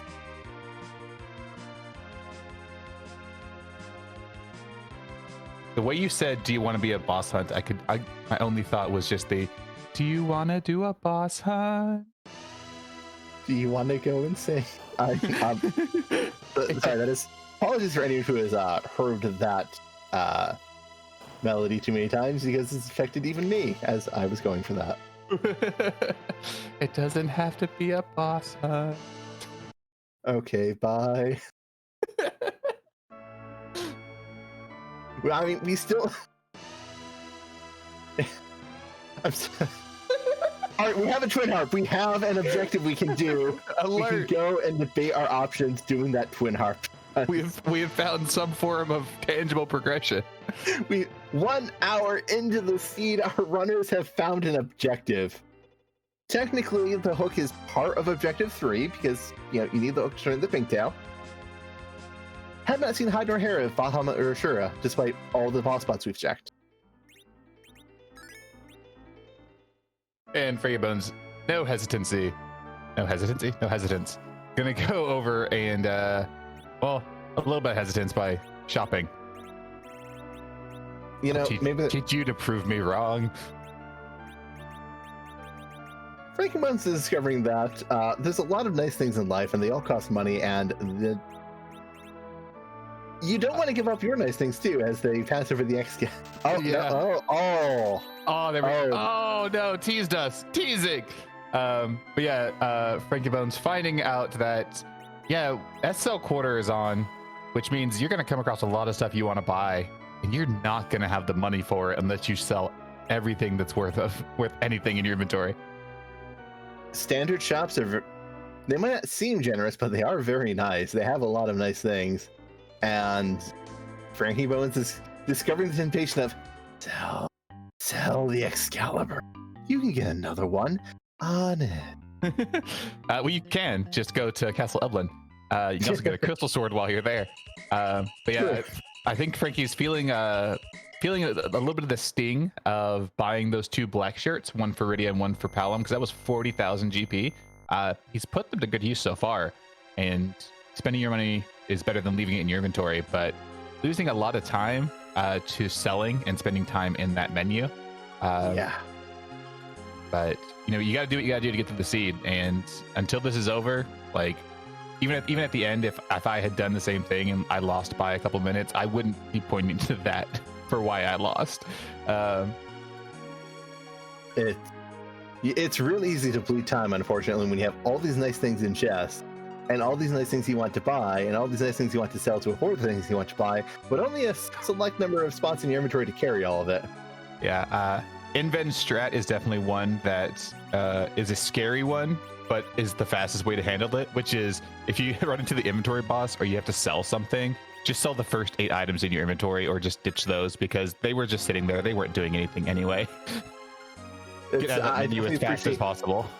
I appreciate the advice of when you get the inventory screen, the screen that your inventory is full, make more room. You ditch 8 things. You don't ditch 5 things. You don't ditch 3 things. You ditch 8 things, so you don't have to deal with that at least 8 more times. Yeah, that is something that I learned very slowly and only very recently. Is just ditch 8 things. It's so hard. There are so many nice things. I want them all. Especially because you're like, I could sell it. No, just ditch 8 things. You're gonna thank yourself when you go to continue looting. Either ditch 8 things or ditch 1 thing and stop looting and go sell, so you have room for your key items. Speaking of having room for key items, RowdyRoddySniper has room to pick up another key item as they are through that D-Mist at 1 hour and 5 minutes, almost 1 hour 6 minutes. While frankiebones is going and doing the twin harp, so I'm gonna stop talking because there's a special thing about this twin harp. Eddie, we love you.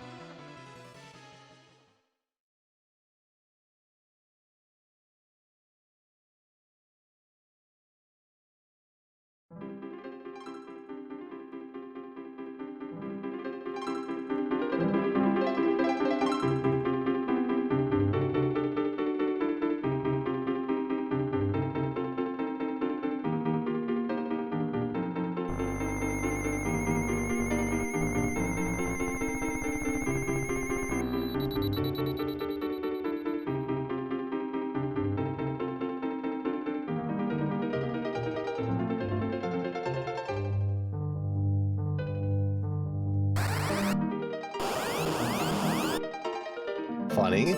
I didn't know that you can go and get barred from your Earth Crystal, but apparently that's what happened as we were getting the song from Final Fantasy V. A lovely song to go and hear from a lovely game that I enjoy replaying with certain conditions.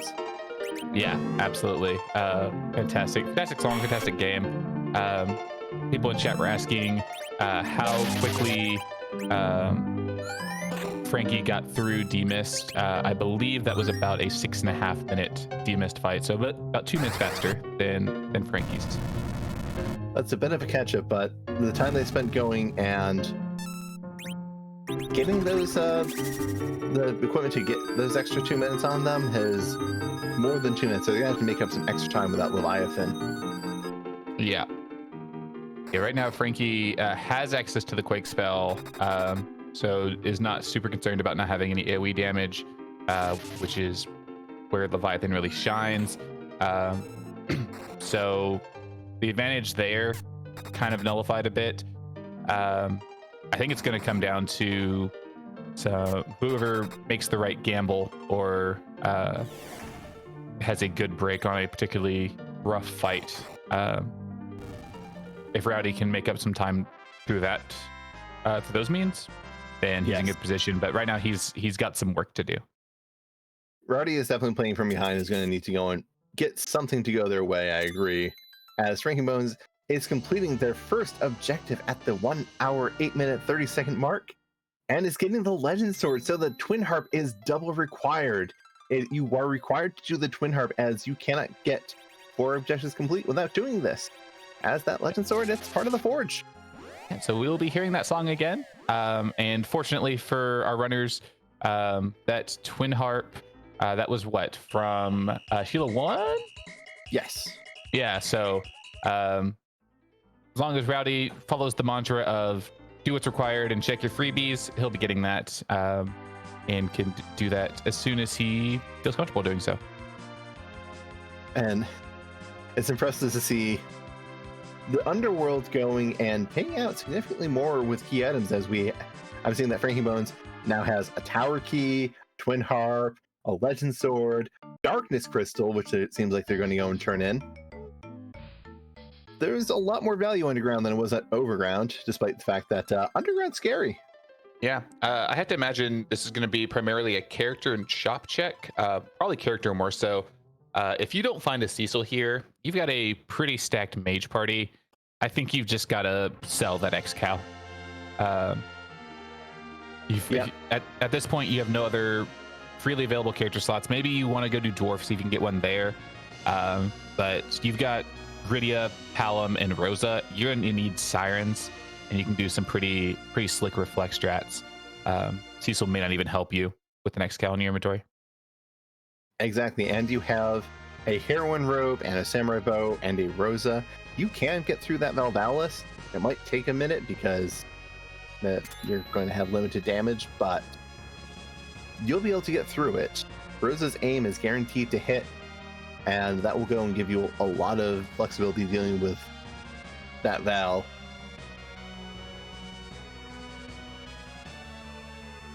Rowdy taking down this Leviathan has some lit arrows on that top Rosa, dishing out about 1,000 per. Looks like maybe a Thunderclaw on this Yang. The Indra summon definitely just hitting that lightning weakness for massive damage, knocking down the Tella with his own virus, but he can serve his purpose as an anchor later. Yeah, the Rose is unfortunately going down in single ice too. This spot does not have weak magic power, so gotta go and push out damage faster. Rydia is going and throwing some good viruses and getting just chunking out Leviathan with that, and we're on to the second fight here in Dwarf Castle. Yep. This spot, any spot that has a status ailment that needs to inflict is going to have generally pretty high magic, because they want it to land, and if there's no attack spells there, then they didn't need to worry about balancing around that. It's kind of the same thing that you see with the physical damage. So the Calbrina dolls have the glance, the status effect that needs to land. Speaking of the dolls, we have them here at the Golbez spot that is incredibly free. And then finally, another melee fighter, and we've been finding some ninja swords, so you don't hate to see this. Yeah, I was gonna say there's a meme we have in this free enterprise community of Oh, I found edge weapons. Guess he's on the seed. Yeah. And okay, so this is interesting.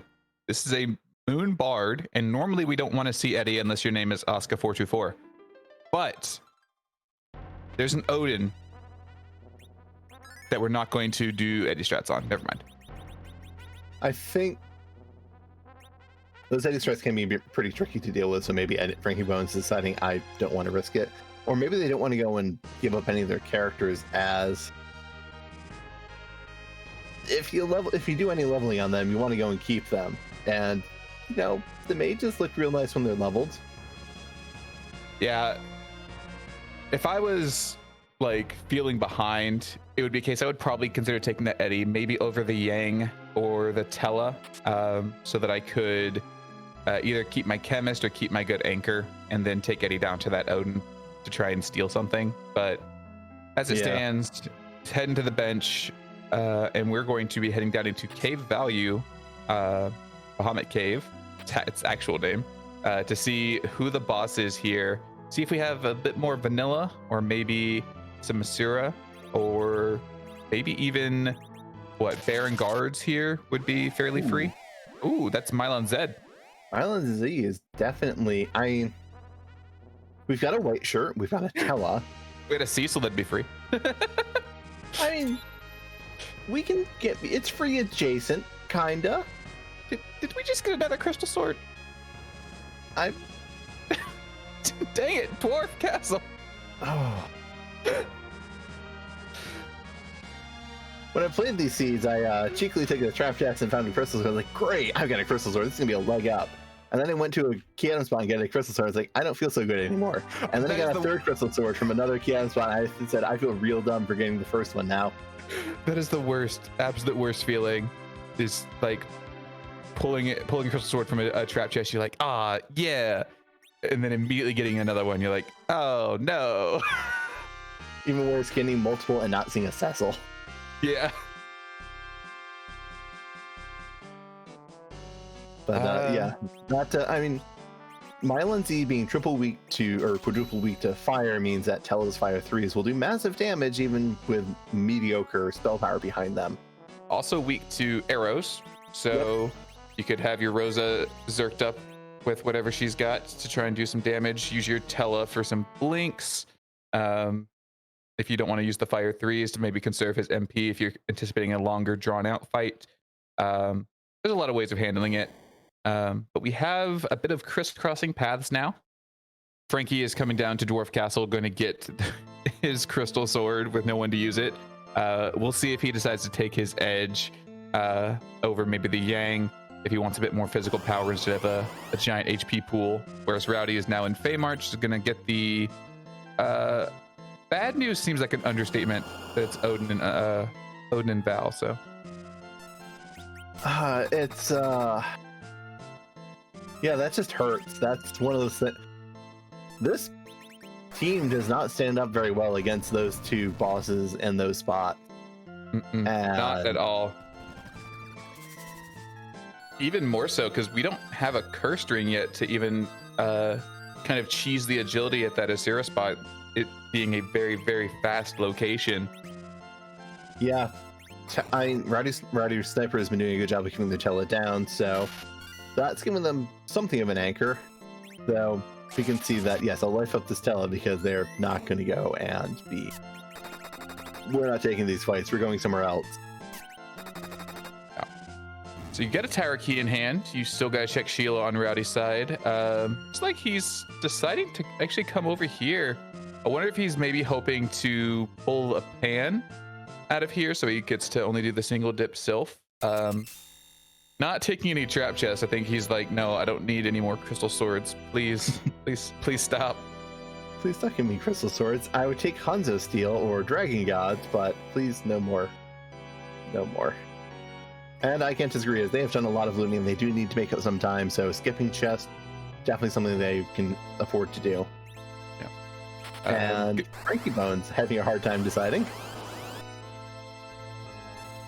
Ditching the Rydia.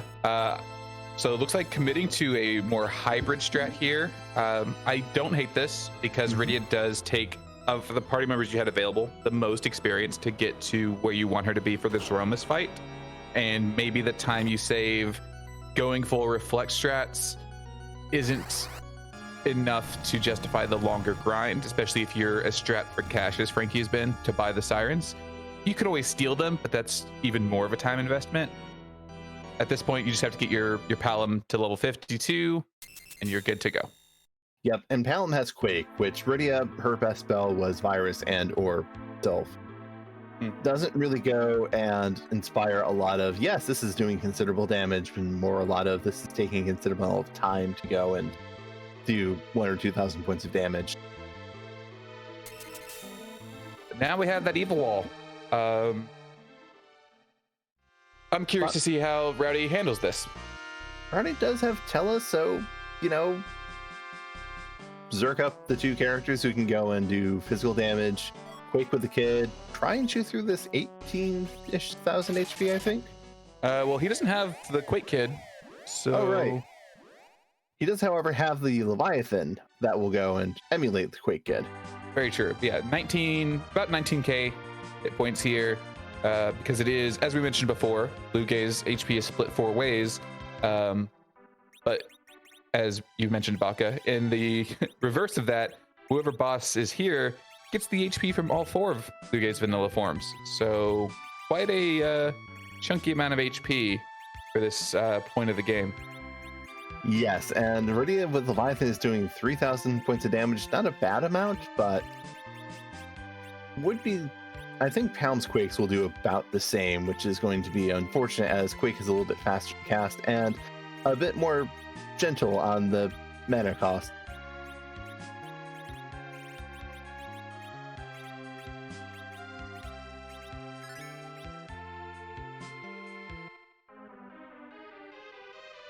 Goodbye, Tella.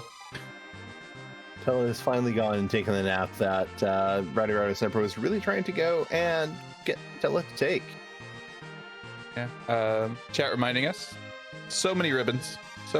If you could get, like, even if this was to go off the rails, if you had a ribbon equipped and you could get to the crush phase, you're guaranteed a win at that point.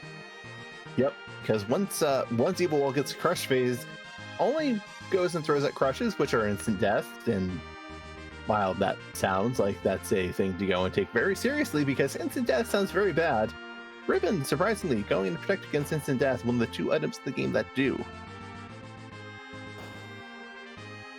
And we don't have access to the other one, so... Yep, Adamant Armor is being the other one. Adamant Armors aren't allowed in a lot of these competitive races just because when you find one, you kind of say, oh, this character is now effectively 20 levels higher. Yep. Now, you could absolutely still get one in this flag set if you wanted to spend a bunch of time fighting pink puffs. I do believe we have had a community member recently go and do the test of how long does it take to get a Adamant Armor on average. Over an hour. Or well, more than an hour, because that's how long they spent trying to get one and failed in a stack of sirens. Yeah, it is an incredibly low drop rate. I would actually really love if during brackets, because money is going to be a much bigger issue there, is I would love to see someone take a pink puff grind or even just a single pink puff fight just for money. Well, and then get an Adamant Armor just out of sheer luck. That would be... I need to look up if pink puffs are immune to the Odin spell, because that'd be the only way I would try it. I believe you can hourglass them. You can also moonveil yourself, which makes it free. There's a lot of ways to cheese it. Oh, death is not the thing that concerns me. It's the going and slugging through all that HP. Oh, and Tower Key. Tower Key is a required objective. RowdyRoddySniper is going to get their first objective on the board. The Vermilion Gambit would not have been the right call today.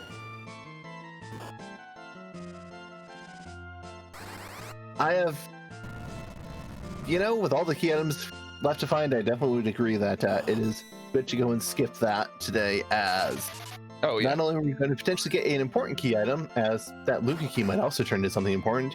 RowdyRoddySniper has defeated Bahamut, objective number 4, and I expect frankiebones will be doing that on their way out.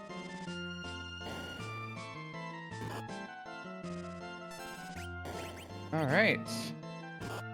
So we now know we have knowledge here in the booth of 2 objectives. So even we are still 2 objectives away from no mode. And we're an hour and 22 in. If this turns out to go and be a pink tail, that is double value. Adamant, if it's adamant, it's a cheeky 2 spots of double value because we have the twin harp king with the legend sword.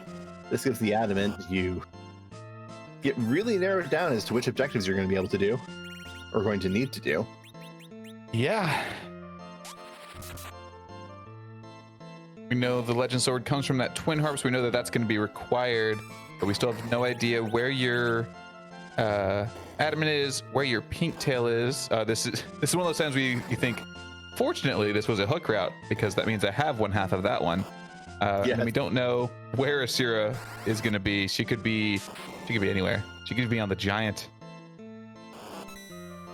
Package is not the thing you want to find from that, but you did be a Cecil.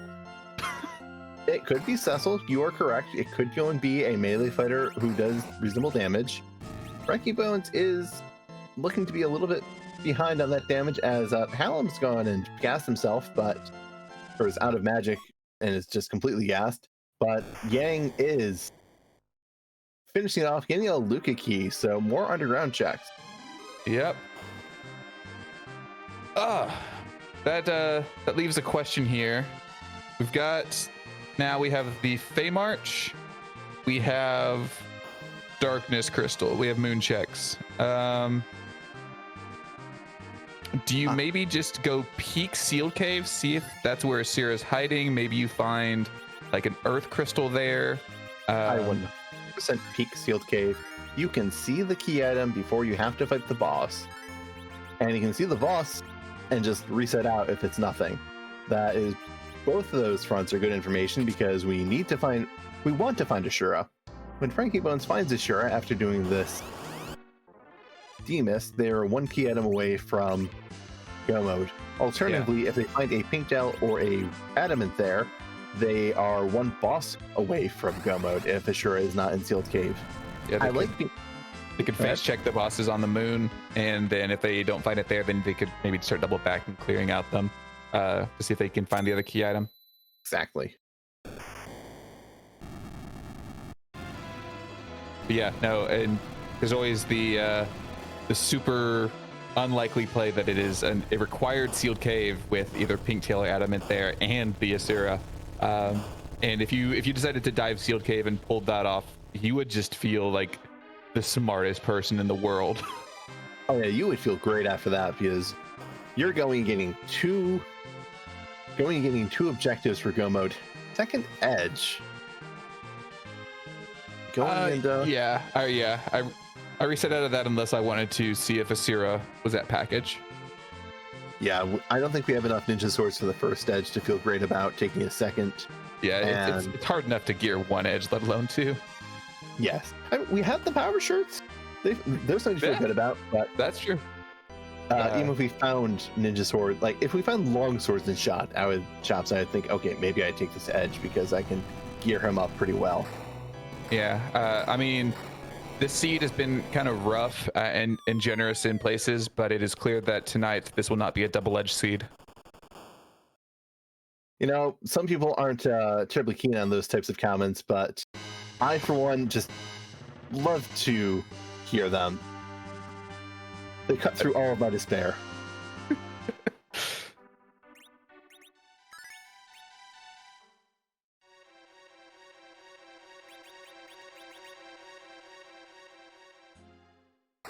But we do see frankiebones checking this the Sealed Cave while RowdyRoddySniper is getting their twin harp, and will be likely going and getting us a reprise of music where they will find their legend sword.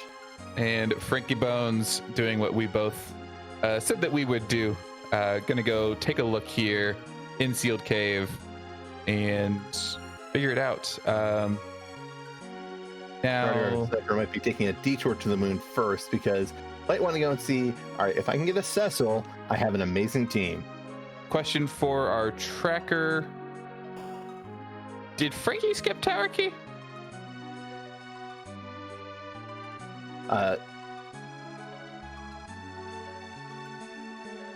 me go and double check. Actually, that is a question that.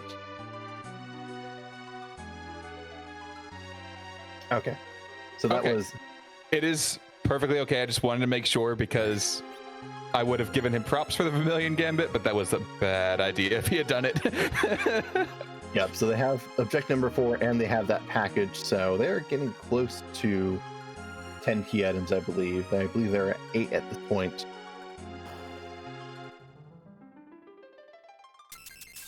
I mean, with this, I think the thing you hope for is you find a rat tail here that goes and gives you a rat tail or a pan. Well, there's a rat tail. I'm so glad to be able to go and will these things into existence. Are we going to go and get a sure or someone we don't want to see? Like you ruled that into existence. I willed the DKC into existence. So, This is not a boss you're happy to see because Octomam kind of stings a little until you hit him a few times, and then he stops stinging because he loses some arms.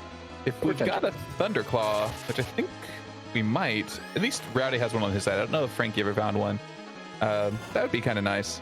I'm gonna go ahead and berserk up this this edge to, dice up some of Octomam's tentacles. Maybe get us a nice bit of. Is it sushi if it's raw? Do people eat raw calamari? I mean, there are definitely eel rolls. There is also octopus sushi. So Okay, yeah. Gonna be our sushi chef tonight. yeah. So sashimi if you have it without rice. And I don't know if Edge decides to go and carry that amount with, or decides to go and carry that with him. I don't have that level of granular detail. I mean, I didn't see any in his inventory, but I could have missed it. It is so small.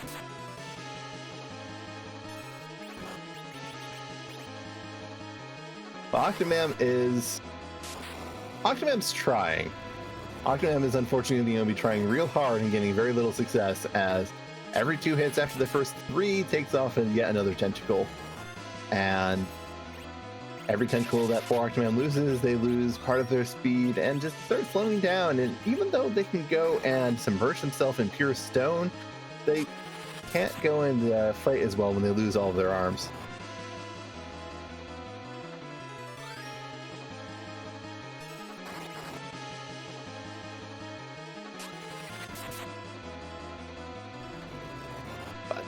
Frankie Bones is definitely. I like where Frankie Bones sits with that rat tail, just because if that rat tail turns into another key item, you then have 10 key items and can go to the moon and get loads of experience. Absolutely, and like you had mentioned, like rat tail and pan there are kind of the worst things to see because you don't know if they're gonna be instant value. Rat tail in particular, because it only leads to one of the key item. You're like, oh well, now this is Schrodinger's check. This is either going to pay out or it won't, and I won't know until I turn it in. Yes. No, when you're looking for when you're below 10 key items and need to grind, any key item is a good key item in my book, because if you can go and shorten, if you can get that lovely 10 key item bonus and get double experience, that shortens your grind so much it might still be worth it. That is absolutely true, and the Octomam spot does give a decent amount of experience, even before the 10 key item bonus, just to kind of nudge you a bit closer there, maybe save you a single siren if you're kind of on the cusp of getting nuke on this quick kid. So yeah, I can just push you that a little bit further as well to me into a better position to take on some other fights down here.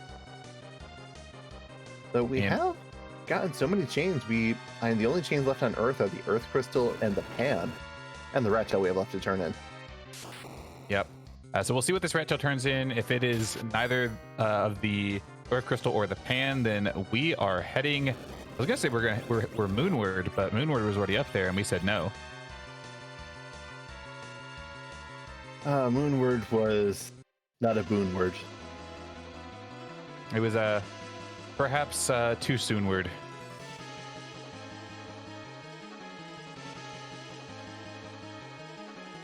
But I mean, they were at least a Luna word.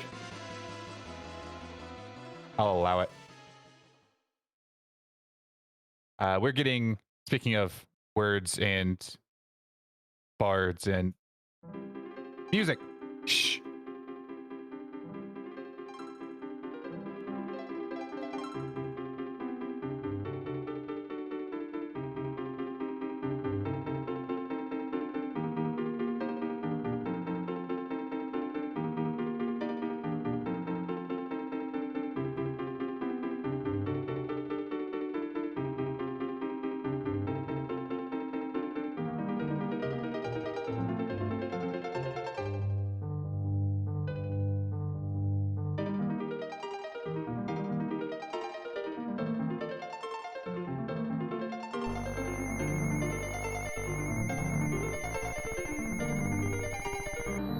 RowdyRoddySniper taking a moment to appreciate the music, while Frankie Bones appreciates the fact that they got a 10th key item and not really appreciating the fact that they got a magma key, which is, well,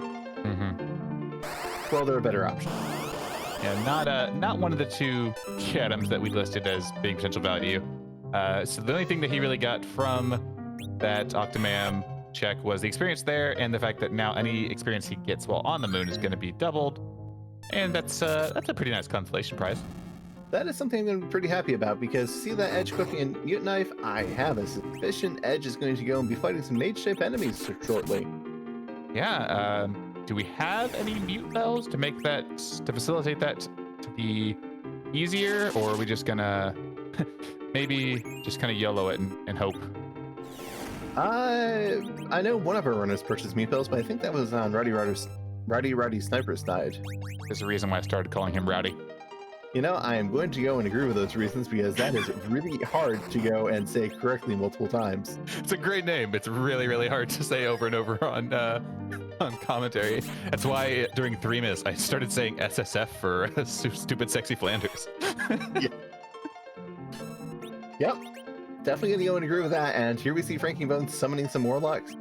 And moment of truth. Still some Hourglasses. Okay. You're still going to eat the first round of spells here, because the Hourglass stops their ATB from increasing any further. Anything that was already queued up still goes through, and that is also a danger. That means we have wasted one of our Hourglasses, unfortunately. Yes. And allow me to go and... One of the things I really like about the Warlock grind is the fact that the status effects work on them, and you don't necessarily need an item if you have a white mage in your party. Rosa can still cast Mute on her own, which is one of the things I would do in this grind, where I would go and not necessarily have items for it, but go and rely on my Rosa to, or any white mage I had, to be set up, be able to sneak in a spell early on and throw Mute on these Warlocks, preventing that first Fire 2 volley from going out. Yeah, absolutely. You would need to get your Rosa 2 and RA1 set up to ensure that that goes off. And a Heron Robe goes a long way to making that work, but also makes it so her white magic spells are less likely to land. So, I think Frankie's got the setup that he could do it, but it's definitely not the traditional way of doing a Warlock grind. So maybe Definitely not preferred. Yeah, it's definitely not preferred, and maybe he hasn't seen it, or maybe just doesn't feel comfortable with it and would rather. Yep, all of those are. Yeah. You really need to go and also put yourself down to lower battle speed, as you might be able to go and do something such as, well, when I did in Zima Zone 3, you could run buffer because we had E can't trip run turned on. You really don't want to run buffer your grind fights. Yeah, no, one of the, what was it? I think it was a Warlock or a King Ryu grind. In the first seed I played after 3 Miss and I was done playing those flags, I was in a King Ryu fight and I was like, all right, I need to run buffer this. Well, there goes one Siren. Yep. Stinks even more when you go and do it on your Demon Machine grind. Yeah. Oh boy. Run buffer to try and salvage a failed attempt, and well, there goes everything you just did. Not even a failed attempt, like, hey, if I go and run buffer here, I might be able to squeak in an extra life glitch. Oh, painful. Today on Lessons That Are You Learn the Painful Way. This has been Baka and Zoe reminisce about things they've messed up in Free Enterprise, so you don't have to. Exactly. Let my pain be your guide. Well, Frankie's got the experience that he wants. I don't blame him.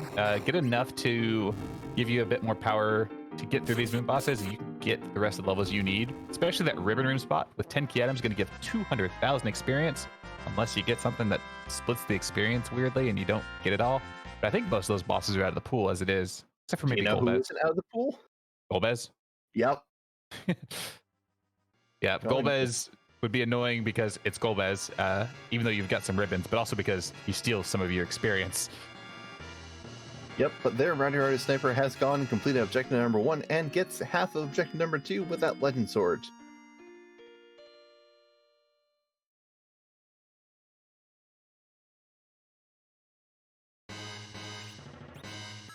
Frankie Bones is going in, tenting up. The Tella's level 29. The Tella's definitely gotten some bit of agility. A little bit. Oh, Solaris, come on. You don't gotta be like this.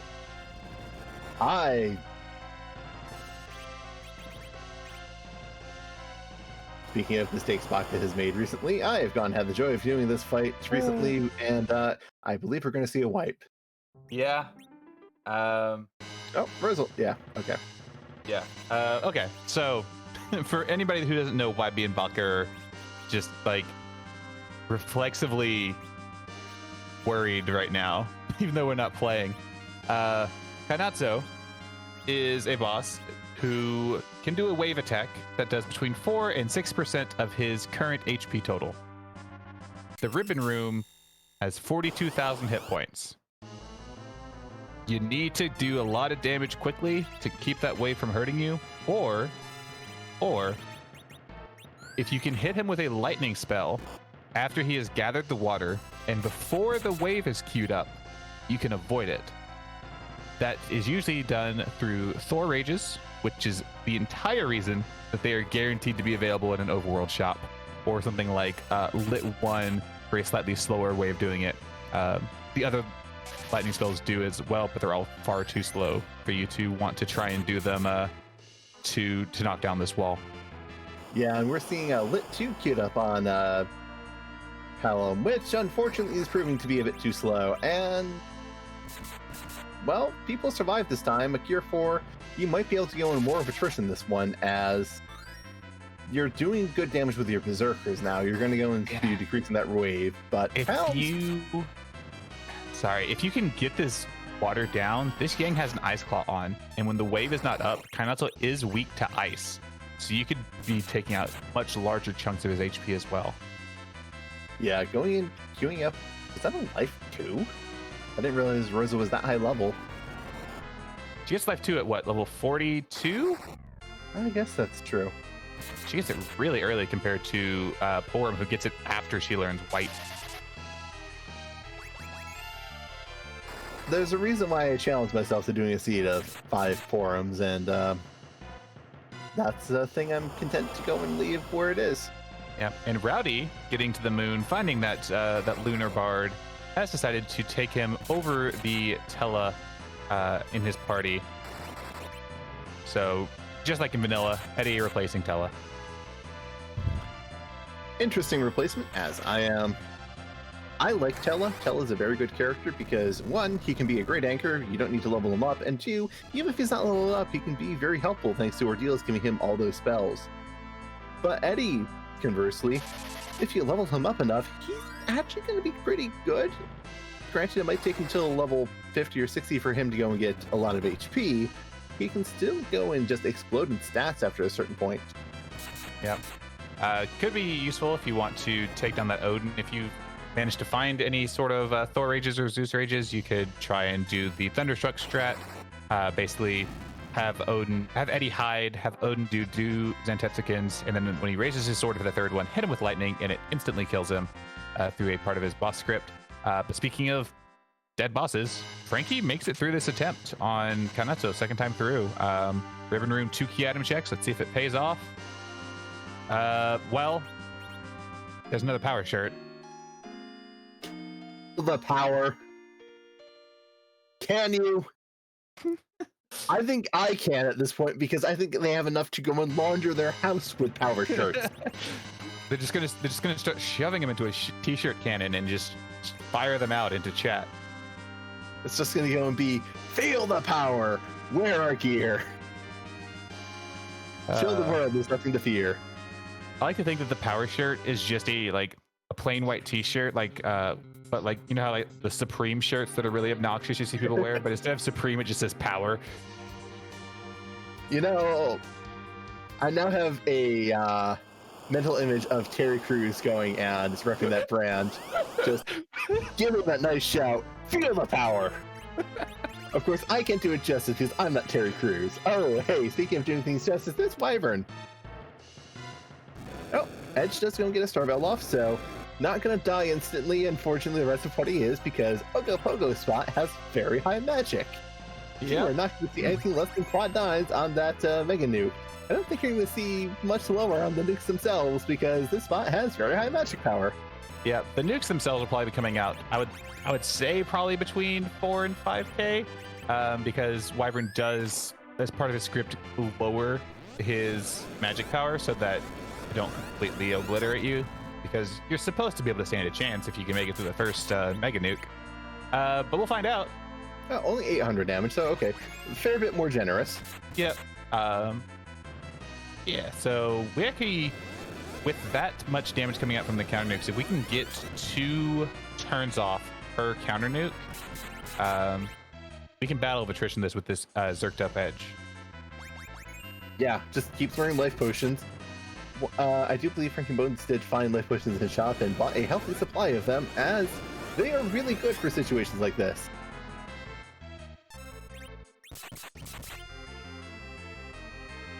Might want to throw a Cure 4 with that Rosa just to try and get everyone into safer HP range. Yep, Cure 4 there would have been nice, because if this counter nuke comes out against the Edge, there goes your damage. You're going to have to try and get another Zerk up. This spot does have 37,000 hit points, so you got a free 10k from the countered Mega Nuke. Still got to chew through about 10 or 15 Edge swings. Fortunately, the board AI is behaving today.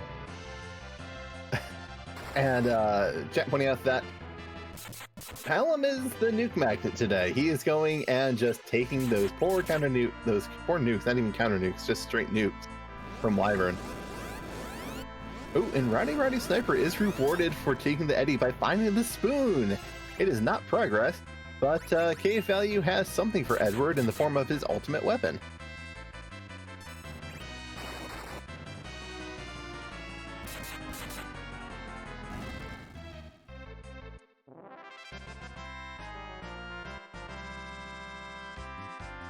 We do see Wyvern has gone down.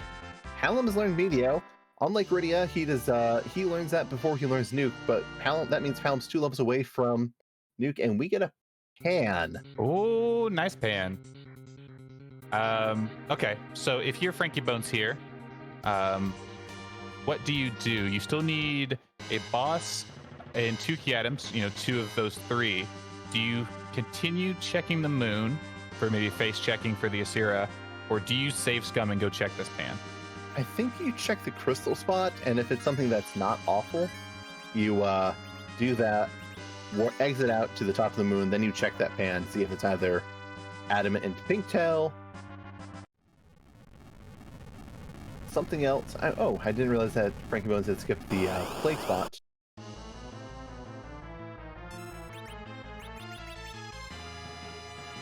Oh, that would be why you would skip this spot. And frankiebones is choosing to go and reset. Might be doing a bit of preparation for this. And doing some unique preparation, as there is a special way that statuses work in this game. If you have certain statuses, the game won't give you other ones. It's referred to as the status priority list. And Piggy is a higher status priority than Paralyze. Size will also be a higher priority than Paralyze. But there is a downside to this in the form of your mage just can't cast any spell except Piggy.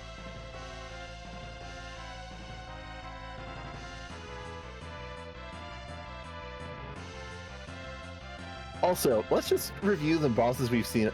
Mylon Z is the nicest boss we've seen on the moon so far, and he was in a spot with extraordinarily high physical attack power. The other bosses have been Kenazo, Wyvern, and now Golbez. We're at least mercifully treated to the fact that we know that Odin and Valvalis won't be up here because we know they're in the Fey March. Seeds being real kind to everyone. I think you were reading the wrong script. Kind is not the word. I mean, there's a kindness in going and forcing suffering as it goes and teaches us to endure, or maybe that's some misinterpreted Buddhist scripture that I have come across. I was never very good at understanding that, unfortunately. All right. Well, Rowdy is going to take some Warlocks. Does have the mute bells. Doesn't quite have the agility setup to get it off before the spells come out. And there, the Rydia ate one, and there goes a mute bell. That is a little unfortunate.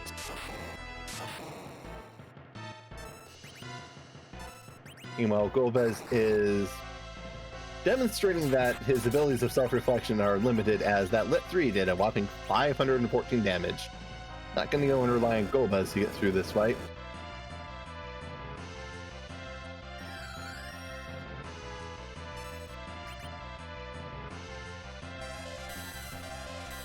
Frankiebones going and healing their Yang, and I wonder if they're going to go and just set something into a power, going and throwing a life potion on the Palom. I think that Yang has a Fire Claw equipped, which is really nice because Golbez is weak to both the fire element for reasons that I don't understand, and Holy, which makes sense in the story and for the fight that you fight him at. I have a theory for why Golbez is weak to fire. I would love to hear your theory. Cecil's going to have one of two weapons, most likely at that point. Oh, you're right. Yep. A legend sword that does holy damage, or the fire. A fire sword that from that flame dart chest in Zot that does fire damage. That's actually really that's a good theory, and that's a really good credit to the devs knowing that, oh yeah, you may have taken that and have that, and we want Cecil to be doing big damage to Golbez. Scala, I'm very interested in your lore reason as to why Golbez is weak to fire.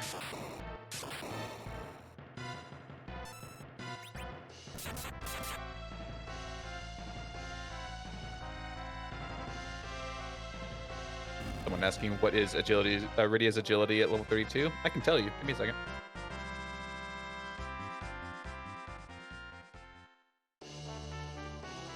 Oh, well, that 17.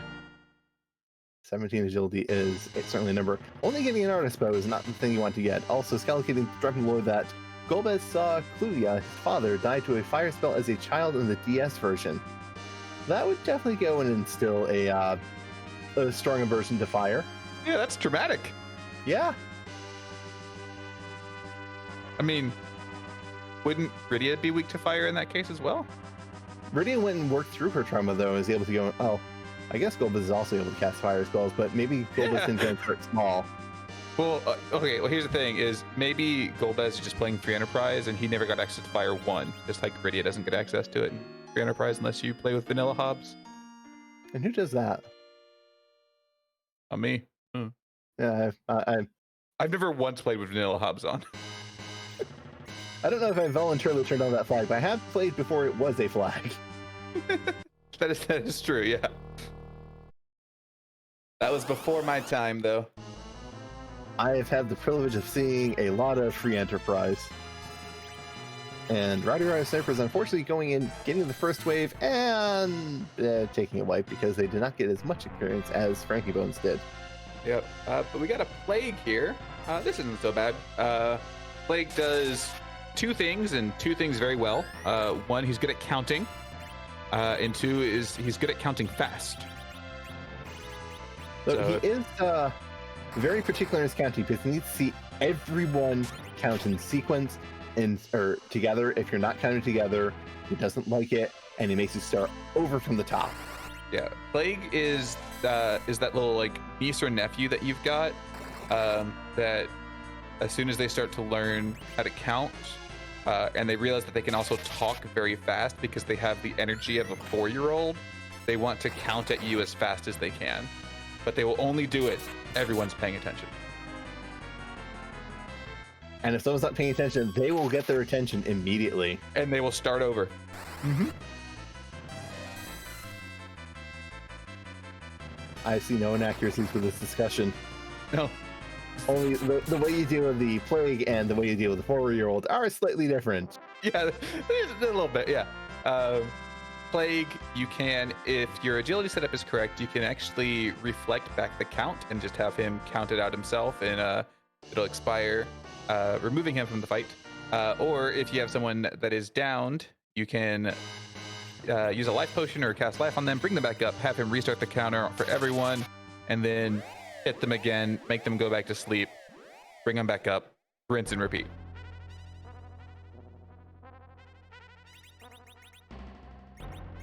Also, not getting a key item from the Crystal Sword spot. Getting a Murasame.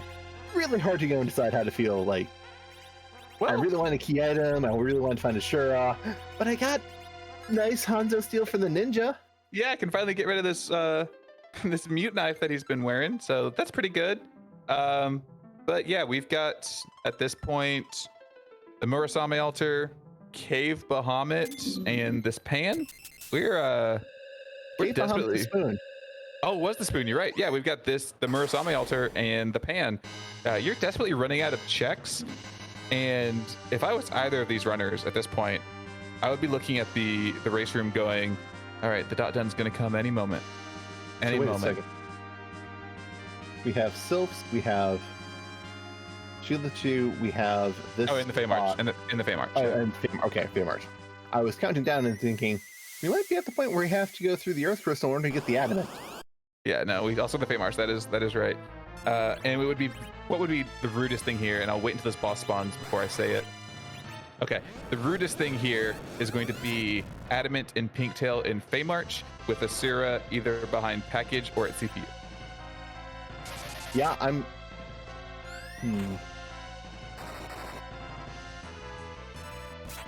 Let's see. Yeah, I have to go and agree that that would be the rudest setup just because it's so hard. Even if Earth Crystal is somewhere obnoxious, you're probably going to find that before you go to the Giant. We do see RowdyRoddySniper has, I do believe, taken out that Golbez. Not getting a great reward for it, but Artemis bow is nice. And if I was either of these runners, when I go back down to the Earth, like maybe not Frankie, because Frankie's agility step is pretty nice, but Rowdy, like I would be checking armor shops. I need to find a curse ring. Yeah. That's the defense sword, so we're down. Oh my gosh! 4 locations. Hold on. Did we clear out the Baron Throne? Because that was Right. That was Okapogo. We are still Yeah. at 5 locations. Thank you for going and correcting my count. No, it's fine. I'd forgotten about it too. Normally I go and try and do that when I'm there, but it's really easy to not do that when you're there when it's Okapogo and you haven't gotten underground yet. Yeah, absolutely. The 2 best times to do that spot are when you finish the Baron Key and when you finish Tower of Zot. To answer a question from chat, Pan was the only useful thing on the moon. Pan and Spoon were the only key items found on the moon, and no, package was from Earth. Yeah, the pan is the only like key item that pushes forward progression maybe, and even then it could still be a double womp. If it is a double womp, who do you go and take on in the Fey March first? If I am Frankie Bones, actually for either of these runners, I take down the Odin first. Frankie has the power to take it down before you die to the first Antetsuken. Rowdy, you've got the Edward. If you have a Thor Rage, you've got to do it. If you don't know how to do the Thunderstruck strat, which I didn't know it until very recently, like I knew the concept, but I actually hadn't done it until like a couple months ago. Then I consider for Rowdy maybe taking the Val, because you've got the Reza. It'll be slow, but it is more doable, I would say. For Frankie Bones, I think starting with Val is going to be a good play because you're going to get a Spoon here, and you have an edge. That is true. Take off 10,000 damage. You've got good weapons and good bubbles on your melee fighters. Berserk will go and take you the rest of the wave. Some Blinks is going to go and do a lot of work. Talon won't be able to do it, but Talon has nuke already, so he doesn't need to go and survive through the fight. Yeah, you only need to chew through 13,000 HP after you throw that Spoon, and with the damage you're putting out, you've got that Murasame that you just recently picked up. Even through the tornado, you'll probably be hitting for anywhere from 1 to 2k if I had to take a guess. So very little in the amount of swings, but decides to reset out of the Spoon. If you're feeling behind, I don't blame it. Like Yeah, the time it takes to exit out is longer than a reset. Yep, definitely something. It's if you don't think you need to take those Fey March bosses as well, I think Frankie Bones might be feeling a bit of pressure from a few extra checks on the moon after going and clearing it out. I would feel a bit of pressure too. I do have the firm opinion that Okay. The reason why Pan might not be the correct play is you could go and get a random item, or you can get the Sand Ruby and the Earth Crystal from this. Sand Ruby you know is a dud. Earth Crystal you don't. So you either have to save, go back to the moon, save in a different spot, clear the rest of the moon out, then go back to Earth Crystal on a different save and do that mental juggling, or commit to the Earth Crystal, either of which could be pleasant. So there is a decent argument for going in, just clearing out the moon, seeing, okay, there's nothing here, I'm not going to go and lose on top down or value, and then go and check this. Yeah, I would have potentially, I would have face checked the rest after getting that Pan, then come back, and then if it's Zod, I go do Zod, because it's still 2 boss checks I don't know. And then maybe go back if I have to, just save scum it. But yeah, there's definitely the math to just clear out the moon at that point is correct. There's an adamant. There is objective number 2. So if we can get a pink tail from Sheila 2 or an Earth Crystal, that would be really, really good here. Yep, and Frankie Bones is going straight to Forge. So right now, Frankie Bones does know that he has access. If he gets an Earth Crystal, he is guaranteed to have access to Ashura somewhere, as the spots that Ashura can be are the Package, Tower of Zot, or the Giant. Yeah, those are the only 5 bosses that we have not yet seen. That seems to be how it is when I have double boss objectives. One of them is usually just hiding in the worst possible location. Mm-hmm. So a question I have for you, do you prioritize going through the last 3 key item checks, or do you prioritize going and checking those awkward boss locations? If I'm in Frankie Bone's shoes right now? Mm-hmm. If I'm in Frankie Bone's shoes right now, I take the Earth Crystal, assuming I get it here. If I do not get the Earth Crystal here, I'm going to go do Package, and then I'm going to... Actually, I'll probably check Maga Sisters, then Package, then Giant, and if it's not there, then I know it's top of Zot, and I just go, okay, I lose. Because I don't want to have to deal with the Ogopogo, the Val, and the Odin. I could do them with my party strength right now, but hitting on either the Maga spot or the Package spot is going to be faster. Definitely agree with that assessment. One thing, RowdyRoddySniper is unfortunately having to walk out of the Lunar Subterrane, because one of the other things you get from that Earth Crystal check, Rosa learns exit there. And the only other person in that party who knew exit was Tella. Oof, ouch, yeah, that hurts. This is, with a giant asterisk next to it, Frankie Bones has go mode. He has access to Asura, guaranteed. Ow. We don't know where it's at, but it's out there. Yes, look at that. I think I go and do Earth Crystal first. Yeah, I would do Earth Crystal first. It's 2 bosses you don't know, as well as a key item. It is 3 pieces of value, compared to 1 each at these summon locations. Yep, but Frankie Bones is choosing to go down to the Fame Heart, and I don't like this play for the specific reason that you just mentioned. The Earth Crystal is guaranteed value, or almost guaranteed value. It's 3 check. It is a key item check that could be your Pink Tail, and it is 2 boss checks that could be your Ashura. You know neither of these bosses can be your Ashura, so you can only hope for a Pink Tail from one of them.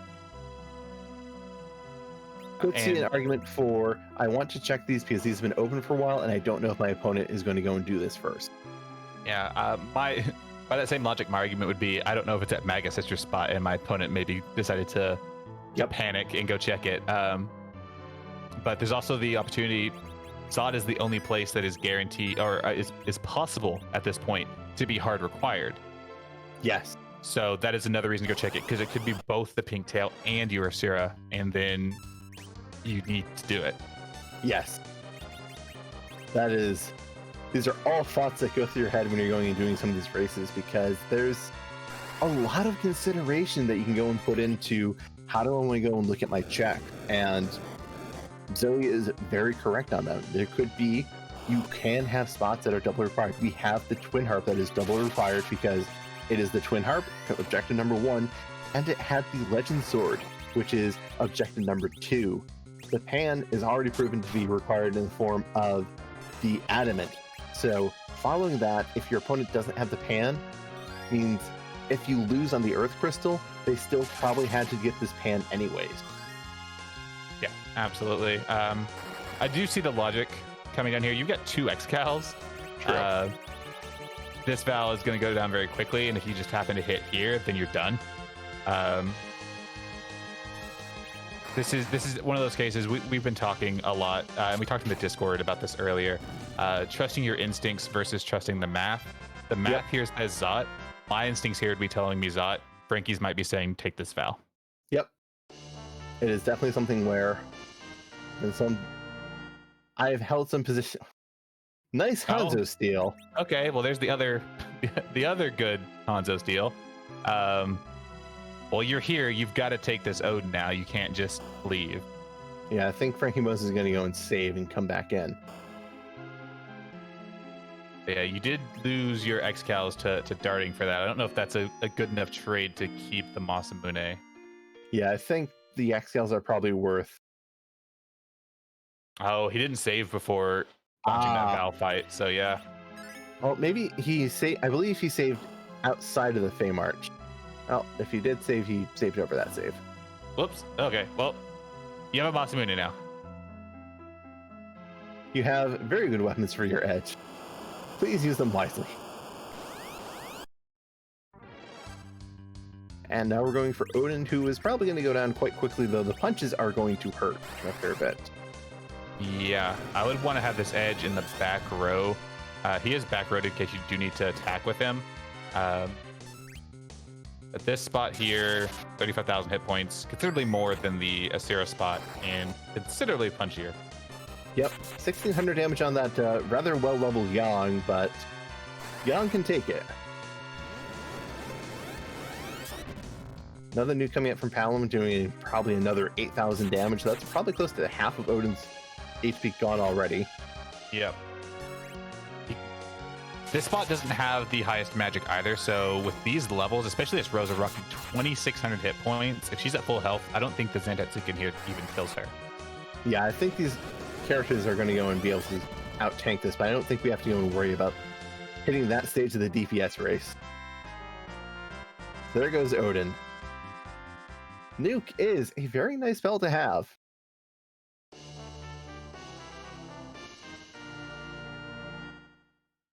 There's our pink tail. There is Gomo for frankiebones. All right, cool. So not a high required Zot. frankiebones trusted his instincts, and instincts won out again. So gonna go trade this in. You've got your levels. You have a pass. You are 2 hours and 5 minutes into this seed, and you have not lost yet. You want out of this. The joy of Go mode. When you get into it, your heart starts pounding. When you finally finish, your heart can stop pounding. And then you get to wait the nice cool 15 minutes before the interview. If you're being restreamed, give yourself a chance to calm down. Oh, yes. Or sometimes spend those 15 minutes going and double checking to make sure, yeah, no, I really did win. Yeah. Or if you're me and you forgot to hit your local recording, you sit there for 15 minutes going, please don't crash. Please don't crash. Please don't crash. That would go and add some stress. It was the most stressful 15 minutes I've had in the past couple of months. But there we go. frankiebones has his crystal, has lit up. Well, double Mata Edge. That makes this hybrid strat even safer. Oh, goodness gracious.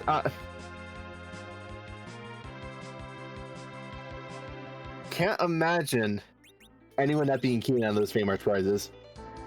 Couldn't possibly imagine someone not liking that. Yep. We got double Masa by virtue of Fame March. But yeah, we are walking in, not even going to do any more shopping, going straight in. So we've got a question that we need to ask very, very quickly. What are our runners going to be expecting after walking through this teleporter? Well, they'll be expecting to go and see an eldritch horror from beyond the veil of space and time, kind of a space leaf from nowhere in the terms of the story, because you keep thinking, Golbez is the villain, Golbez is the villain, Golbez is mind controlled by this guy, and we're just like, who's this guy? I mean, when I come to here on Free Enterprise, I can never recognize this guy. I keep thinking he looks like one thing, and he looks like something entirely different every time. Yeah, like my memory from my vanilla playthrough, like it's just really bad because every time I'm watching the seed, it's always different, and I can never quite nail down why.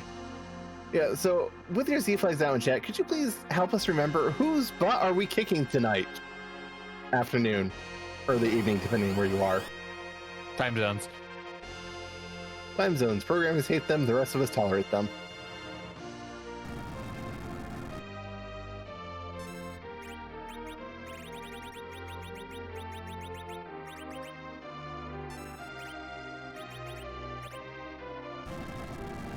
RowdyRoddySniper is unfortunately going down the rabbit hole of getting the rat tail and is not getting did not get the pan from the moon, which was behind that wyvern.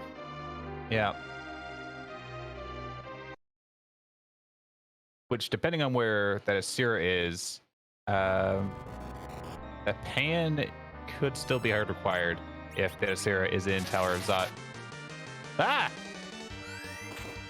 The moon was not haunted today, and it was, however, quite evil. So you know what? Yeah, no, this is apt, very thematic. This is the seed where Solaris said, no, the moon is required. Even if it's not, you have to fight it. There is no dodging the moon this seed, and I'm sorry, that's a grin. That is a very, 10 out of 10 evil grin, definitely will haunt nightmares. Yeah, no, I'm not okay. For anyone that is fortunate enough not to know what this sprite is, this is the moon from Majora's Mask. Another game where if you wish to have nightmares, 10 out of 10. You got it.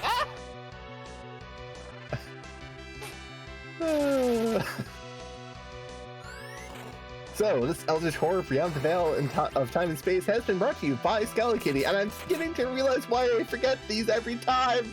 It's a defense mechanism. You see, I thought it looking like a xenomorph, but actually being from a Echo the Dolphin game was bad. No, this is still pretty bad too. Why do I get the horrifying boss Z sprites when I'm on comms? I don't know. Stop casting nuke on it. It looks so terrifying when it's got in the red color palette. I'm sorry. The teeth. How can you look at those teeth and not be terrified? I'm surprised you can look at the teeth. I'm stuck on the eyes. I look at the teeth and not look at the eyes. They're staring into my soul. These are not the Herpin eyes. These are... It happens with white too. Well, this is a very interesting hybrid approach of, we're seeing lots of numbers. We're hopefully going to see a different kind of number in the form of a flash and a crack and a boom, and this thing just going away. One of the things that's been the advantage of this is the fact that because we've gone at, okay, there's a shake, so that's also very lovely to see on this face. The shake means we're probably going to get a big bang, but also the level of damage we're doing might mean that we don't go and get a big bang or anything else. We'll probably just go and hopefully kill this very soon, and then just watch it slowly crumble and dissolve and slink down.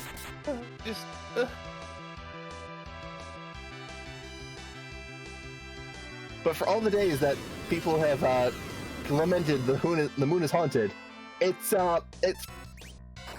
never been haunted quite like this. All right, the moon is. Are those? Okay, are the rocks from the moon itself? Is it just throwing pieces of you in desperation at this point? I imagine it's just shaking its head while staring at you, which is really hard to do to go and maintain a fixed stare on someone. But this moon is the one that can do it. And it's okay. It's done. It's going away. It'll be over soon. It'll be gone. The last thing we're gonna see is those eyes. Those eyes will haunt us forever. But what is not going to haunt us forever is frankiebones coming in first place with an official time of 2 hours, 11 minutes, 54 seconds. GG's, Frankie Bones. I'm gonna just stare at Discord for a second so I don't have to look at those eyes. Yep, I'm just looking away. Looking away, I'm not looking. Let's see if we can get him in for an interview. Yep, that was definitely a race, and I do believe we were joined by Frankie Bones now. GG, Frankie Bones, on your victory. It's safe to look. How are you feeling after almost full clearing that seed? Yeah, I'm glad it's over. Yeah, I think I got... Yeah, I'm glad that I didn't get any more ribbons after the beginning of the game. Right? Also. Oh, we were talking about that. We're like, well, this is going to make a goal. Any gold bez is just absolutely free. Yeah, so I think I got 3 or 4 of them. I'm not sure, but you started with one, you found one in a chest, and then you're given another one as a key item reward. That sounds right. Yeah, so many of them. But very well played. Absolutely. Everything was eluding you at the start of the game. I think Rowdy didn't even get a first actual key item until well past the 20-minute mark, because there was just nothing on that overworld. Yeah, I think I was close to there too, because I don't know if Fabul had a key item or not, but it was the Baron Castle. Key. Yeah, and it was the Baron Key, and then the Pot and Baron had the hook. So yeah, that was a very barren overworld that you... Yeah, I see what you did there. When you found the D-Mist at Hook, how were you feeling? I wanted to get Quake. I saw D-Mist. First of all, I was thinking, remember to check D-Mist after you beat this fight. And I wanted to get Quake on Palom via the Mad Ogre's chest, and I don't even think I got Virus. So I figured if I got the Blinks up, it'd be fine. I just knew it'd be slow. Yeah, was... Oh, go ahead. No, go ahead. I was it was slow, but you got through it very steady. You made it through considerably in front of Rowdy. Rowdy went and did Castle Eblin trap chests. If there had been a Cecil in this seed, the Cecil on Rowdy's side would have had access to 2 crystal swords and 2 Excals and as many power shirts as he would have ever wanted. Oh yeah, that would have been nice. Yeah, I saw the once I saw the crystal sword from Dwarf Castle, I believe. I knew I wasn't going to get a Cecil. Yeah, there was also one in the Castle Eblin trap chest. The Castle Eblin trap chests were a crystal sword, an X-Cal, and a crystal shield. That's nice. But no Cecil. No Cecil that we found, unless he was in Zot or on the Giant, I guess.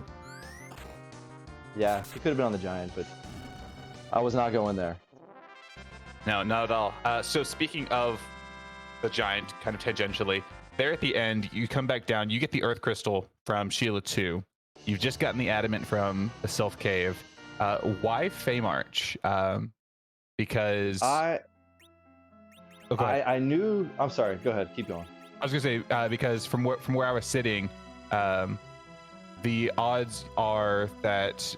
You know, you've got 5 boss spots you haven't seen. You haven't seen the Giant, you haven't seen Zot, you haven't seen Package, and you still need either a key item or that Asira, and both could be at Zot. Yes, I thought... I knew Asira had to be either Zot, Package, or Giant. I didn't really want to go searching for her, Asura, but I thought she could be at Zot. I thought maybe Rowdy had done the Feymarch already. I knew it was 2 pretty nasty bosses, so I thought there was a chance he hadn't been there. So I decided to go there. I save scummed outside. I figured it would be pretty quick with Nuke and the levels I had. Unfortunately, I had to go take a save in the middle of it because Rosa ran out of MP, so I had to go tent and save. But I figured I was going to do them back to back, and then if it wasn't anything, I could save scum out and then go to Zot. And luckily, the P-tail ended up being there. Yeah, looks like there was a Cecil at Zot too. Yeah, no, it makes perfect sense. We touched on, if you watch back the ratio here, we touch on it there at the end, but one of the big things for me in this tournament so far has been, do I trust my instincts or do I trust the math? And the math there would have said Zot, but your instincts took you to Feymarch. and it paid off for you. Yeah, that's exactly. I mean, that's a good way to put it. I thought there was a chance, a pretty good chance with those two bosses there, that Rowdy hadn't done the Fey March, just because if you were there early, you weren't doing those. And whether he had made it back or not, I thought I could go there, and I thought I could get it done pretty quickly. And that you did. You went and you did through them pretty well. I mean, at that point, I don't even know. I was well into the 50s, so level 50. Yeah, your Rosa rocking 2600 HP against the Odin. I was like, I think she survives the Zentetsuken here if she needs to. Yeah, I thought the same thing. I thought it should be fine. But yeah, GG's. This was a really, really spectacularly rude seed from start to finish. DKC at King Queen, some very rude moon bosses, key items in just the worst locations. But you made it through. You moved to 2-2. You're still alive. You live to see another race. How are you feeling? Your performance so far in the tournament and going forward into these last 2 weeks. The last two races I felt a little bit better. The seed was long today, and you were right. There was a lot of rude bosses in there, and it was a struggle to find key items. So I'm glad I got through it. With the time that I had. So I'm just gonna build off that, do a little more practice, and hope next week is a little bit nicer seed. Nicer seed, but what are you hoping for your opponents? You are 2-2. You're going to go in. There are some kind of scary people in the 2-2 pool. Anyone you're hoping to dodge, or are you just going to take them as they come? Yeah, I'm just going to take them as they come. I'm here to have fun, so hopefully the matchup is what the matchup is, and I can make some good plays next week, and hopefully they play out to a victory. I'm just happy to be playing. This game is so much fun. I definitely agree with that. It's definitely a great randomizer. I'm happy you're enjoying it. Yeah, thank you. Welcome. Do you have any final questions, Zoe? No, not at all. Just GG's once again. Thank you so much for racing for us today, putting on a good show. Even regardless of how rude the seed is, 2:11:54 for this type of seed, where you were underground at like an hour in. It's a fantastic time. You did really well with this, and I look forward to seeing more of your races, and I'm going to be pulling for you to just run the table and come up into brackets with me if I make it. I need one more win. Yeah, thank you. Thank you to the Restream team. This wouldn't be possible without everyone involved behind the scenes, so we really appreciate it. And please, no more Moonimus. That was a terrifying. Oh my gosh. Yeah, no, if you watch back anything from this Restream, just skip to your Z fight and just listen to the horror that me and Vodka were going through. That was... I mean, the worst part was when you casted Cure and Nuke and it changed colors. It was awful. It was nightmare fuel. It was real bad. Yeah. It was so bad. Like, fantastic work by Scallican. Yeah, that's right. Still gonna haunt my dreams. Yeah, no. Yeah, it was a good laugh. Well, I'm glad you've enjoyed that sprite. I will certainly have memories of it. Baka, I have bad news for you. We're gonna have to see it again. Have is such a strong word. I can close my eyes and pretend to be able to commentate this race. Well, without Frankie, we'll go and let you go. Congratulations on your first place finish, and I wish you the best of luck next week. All right, thank you. All right, take it easy. Bye. And with that, RowdyRoddySniper has defeated Odin and is going to go and get their pink tail, which turned into yet another instance of Hanzo Steel. So Edge is going to go and be double equipped with it. Actually, no, excuse me. I don't know if RowdyRoddySniper has taken out Valis. I was too distracted by the moon to have paid attention. But yeah, so at this point we'll have 3 objectives lit up. Needs to either get that pan, which came from the Ogopogo spot, which was something... Wyvern. Yeah, I was like, something that had magic. Yeah, Wyvern. It has the biggest magic. Or I just realized something rude. Yeah. The only way RowdyRoddySniper gets exit is with the Earth Crystal. Oh no, which is going back down to Wyvern. I have a suspicion that RowdyRoddySniper is going to be checking package. Yeah, Then that's exactly Giant. where he's headed. Yeah, I do not blame him here. So that is a very unfortunate thing for Yeah.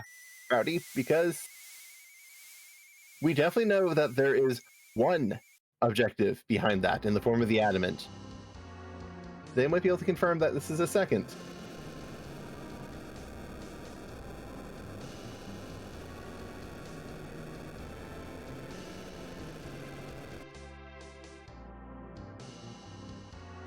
But with with having walked on the moon is going to go and take a fair bit. Yeah, and then walking back out. Luckily, you've got the pass, so if that is the route that you have to go, you won't have to do the moon dive again.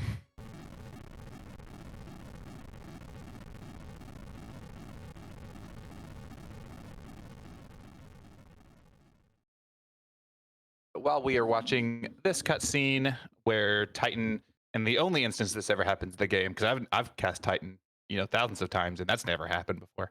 But when the NPC casts it, oh no, all of a sudden the mountains come down. What was I saying? Oh, right. Shout outs to our runners. If you enjoyed this race, give them a follow. And shout outs to our team behind the scenes. We have Solaris who rolled this seed. Solaris, you're going to have a reputation soon enough, one way or the other. And then Scythe Marshall doing the tracking, keeping Baka and I as well informed as possible. Because I don't know about Baka, but it's hard to keep me well informed, period. I'm very well informed as, horrors to go and haunt my dreams. Head empty, only moon. It's got a very piercing gaze. And that, unfortunately, is not Ashura. That was Paledem, because I believe we've seen D-Lunars, Wyvern, Ogopogo, and...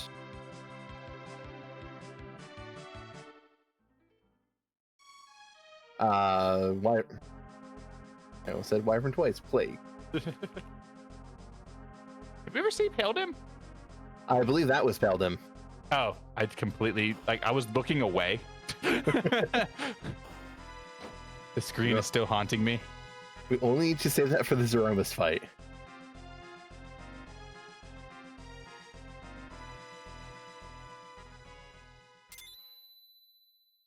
But going down to this Ogopogo, because gotta get all the fun bosses out of the way.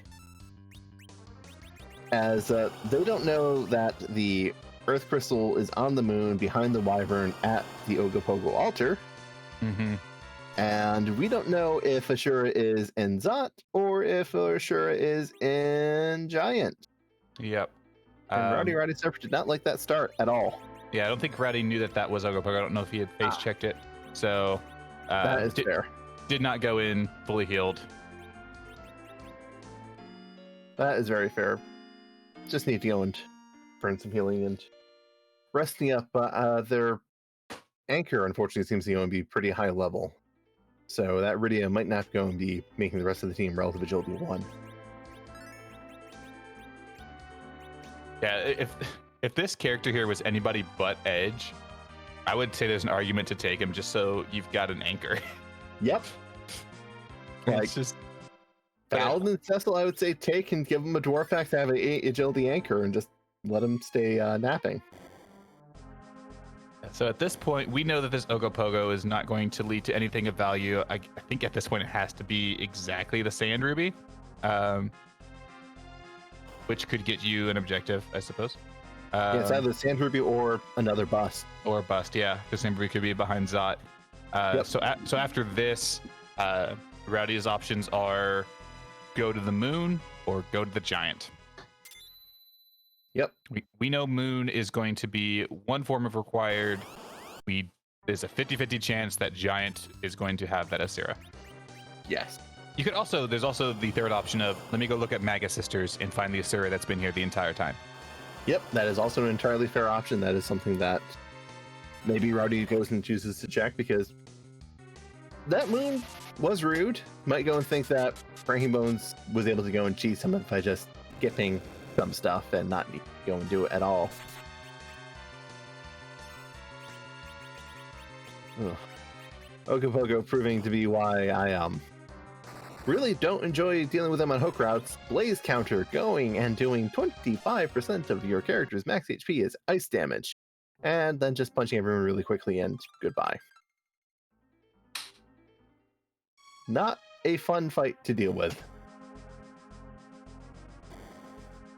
No, not at all. Ogopogo, a very rude fight. The Odin spot, fairly punchy. So on top of the 50% damage you're going to take right at the start of the fight. Wow, I just cannot talk today. The moon has stolen my ability to speak. You're gonna. It has filled your head with horror and terror. It's awful. I can't close my eyes. I close my eyes and I see its eyes.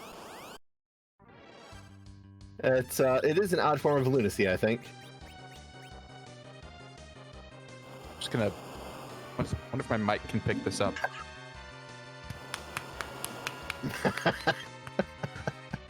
That was a good one. That was a fantastic pun, Baka. I'm glad to have your approval.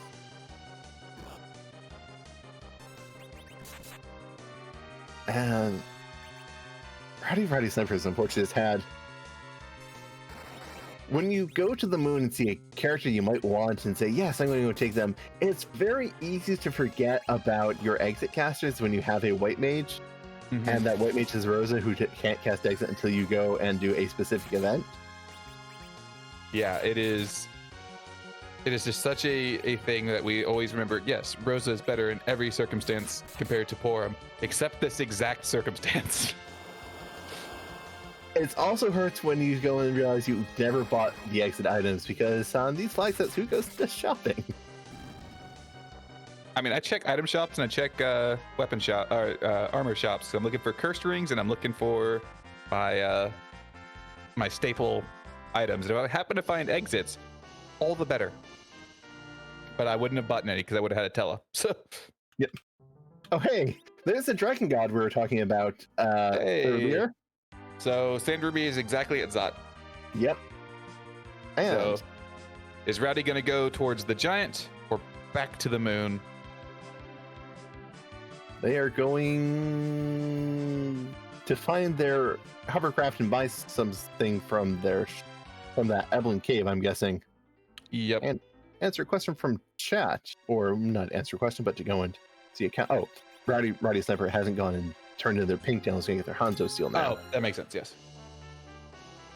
If you are looking at this random house thing, wow, this is pretty neat. I'd like to go and play it. Please feel free to join our Discord. We have a lot of resources for people to go and roll their own flags, learn the game, get started.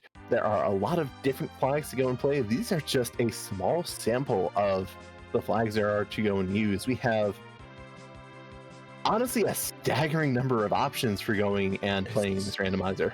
It's so modular. There's so much you can do. You can make really unique challenges. If you're already well versed in Final Fantasy IV, you've played the game a bunch, you can really just make it into an entirely different game. It's fantastic. It's my favorite randomizer, hands down. But on top of just playing it, it's a great community. We're super welcoming to new players. If you have questions, feel free to ask. But also, if you are sitting there watching, you've been watching some of our restreams, and you're thinking, you know what? I think I could do a better job of commentary than these two. You can also become part of the restream team. Commentators, trackers, restreamers could always use the help. I don't know if we have a bot command for that, but if Scala's listening, I'm sure she'll have some form of link or something. And if not, it's in the Discord as well. So, yes, I do believe we have a volunteer form in our Discord. It is pinned in one of the channels. Guides and resources, I think, has it in the giant list of things. That would make sense. Guides and resources is a good place to go and look at the start, because we have, while you go and see the tracking being done by our lovely tracker Scythe Marshall, we do have our own trackers that we use that our runners will go and keep on their personal streams that are very helpful to have. You have some trackers go and see which bosses you fought, which KMs you have and used. Others can go and list out what locations are currently open. Lots of resources available. Lots of, you might not see it this tournament, but how do I find specific grinds? Very helpful to go and see. So if you're going and just wanting to play more of this, feel free to stop by our Discord, and we're happy to go and help you learn more about the game. Absolutely. And Rowdy is back on the moon. He is going to be heading down to that wyvern to get his pan, and we'll end up in go mode before long. But fortunately for me and Baka's sake, for the sake of our eyes and the sake of our dreams, we are going to be raiding Rowdy while he finishes off this race. So we'll be sending all of you over there. Please keep in mind that we have emote only mode on, required for all of our racers. So do be kind, be courteous, and do not try and skirt around the emote only mode in any way or any form or fashion. But yeah, most of all, be kind, be courteous. If he does turn it off when he's done, be sure to give him great GGs, because he put on a fantastic race. This seed just was brutal, and even our top racers would have struggled in some form or fashion with this. Yes, feel free to go and give RowdyRoddySniper your best hi or cheer emote. I have some of my own that I am more than willing to go and show off, but go and give him our love, because he needs some of this. He's been really mean, and the ending is also quite mean. Yeah, and be sure to I'll offer all of the support and comfort he needs after he has to deal with Moonimus. Have a great evening. Good night, all.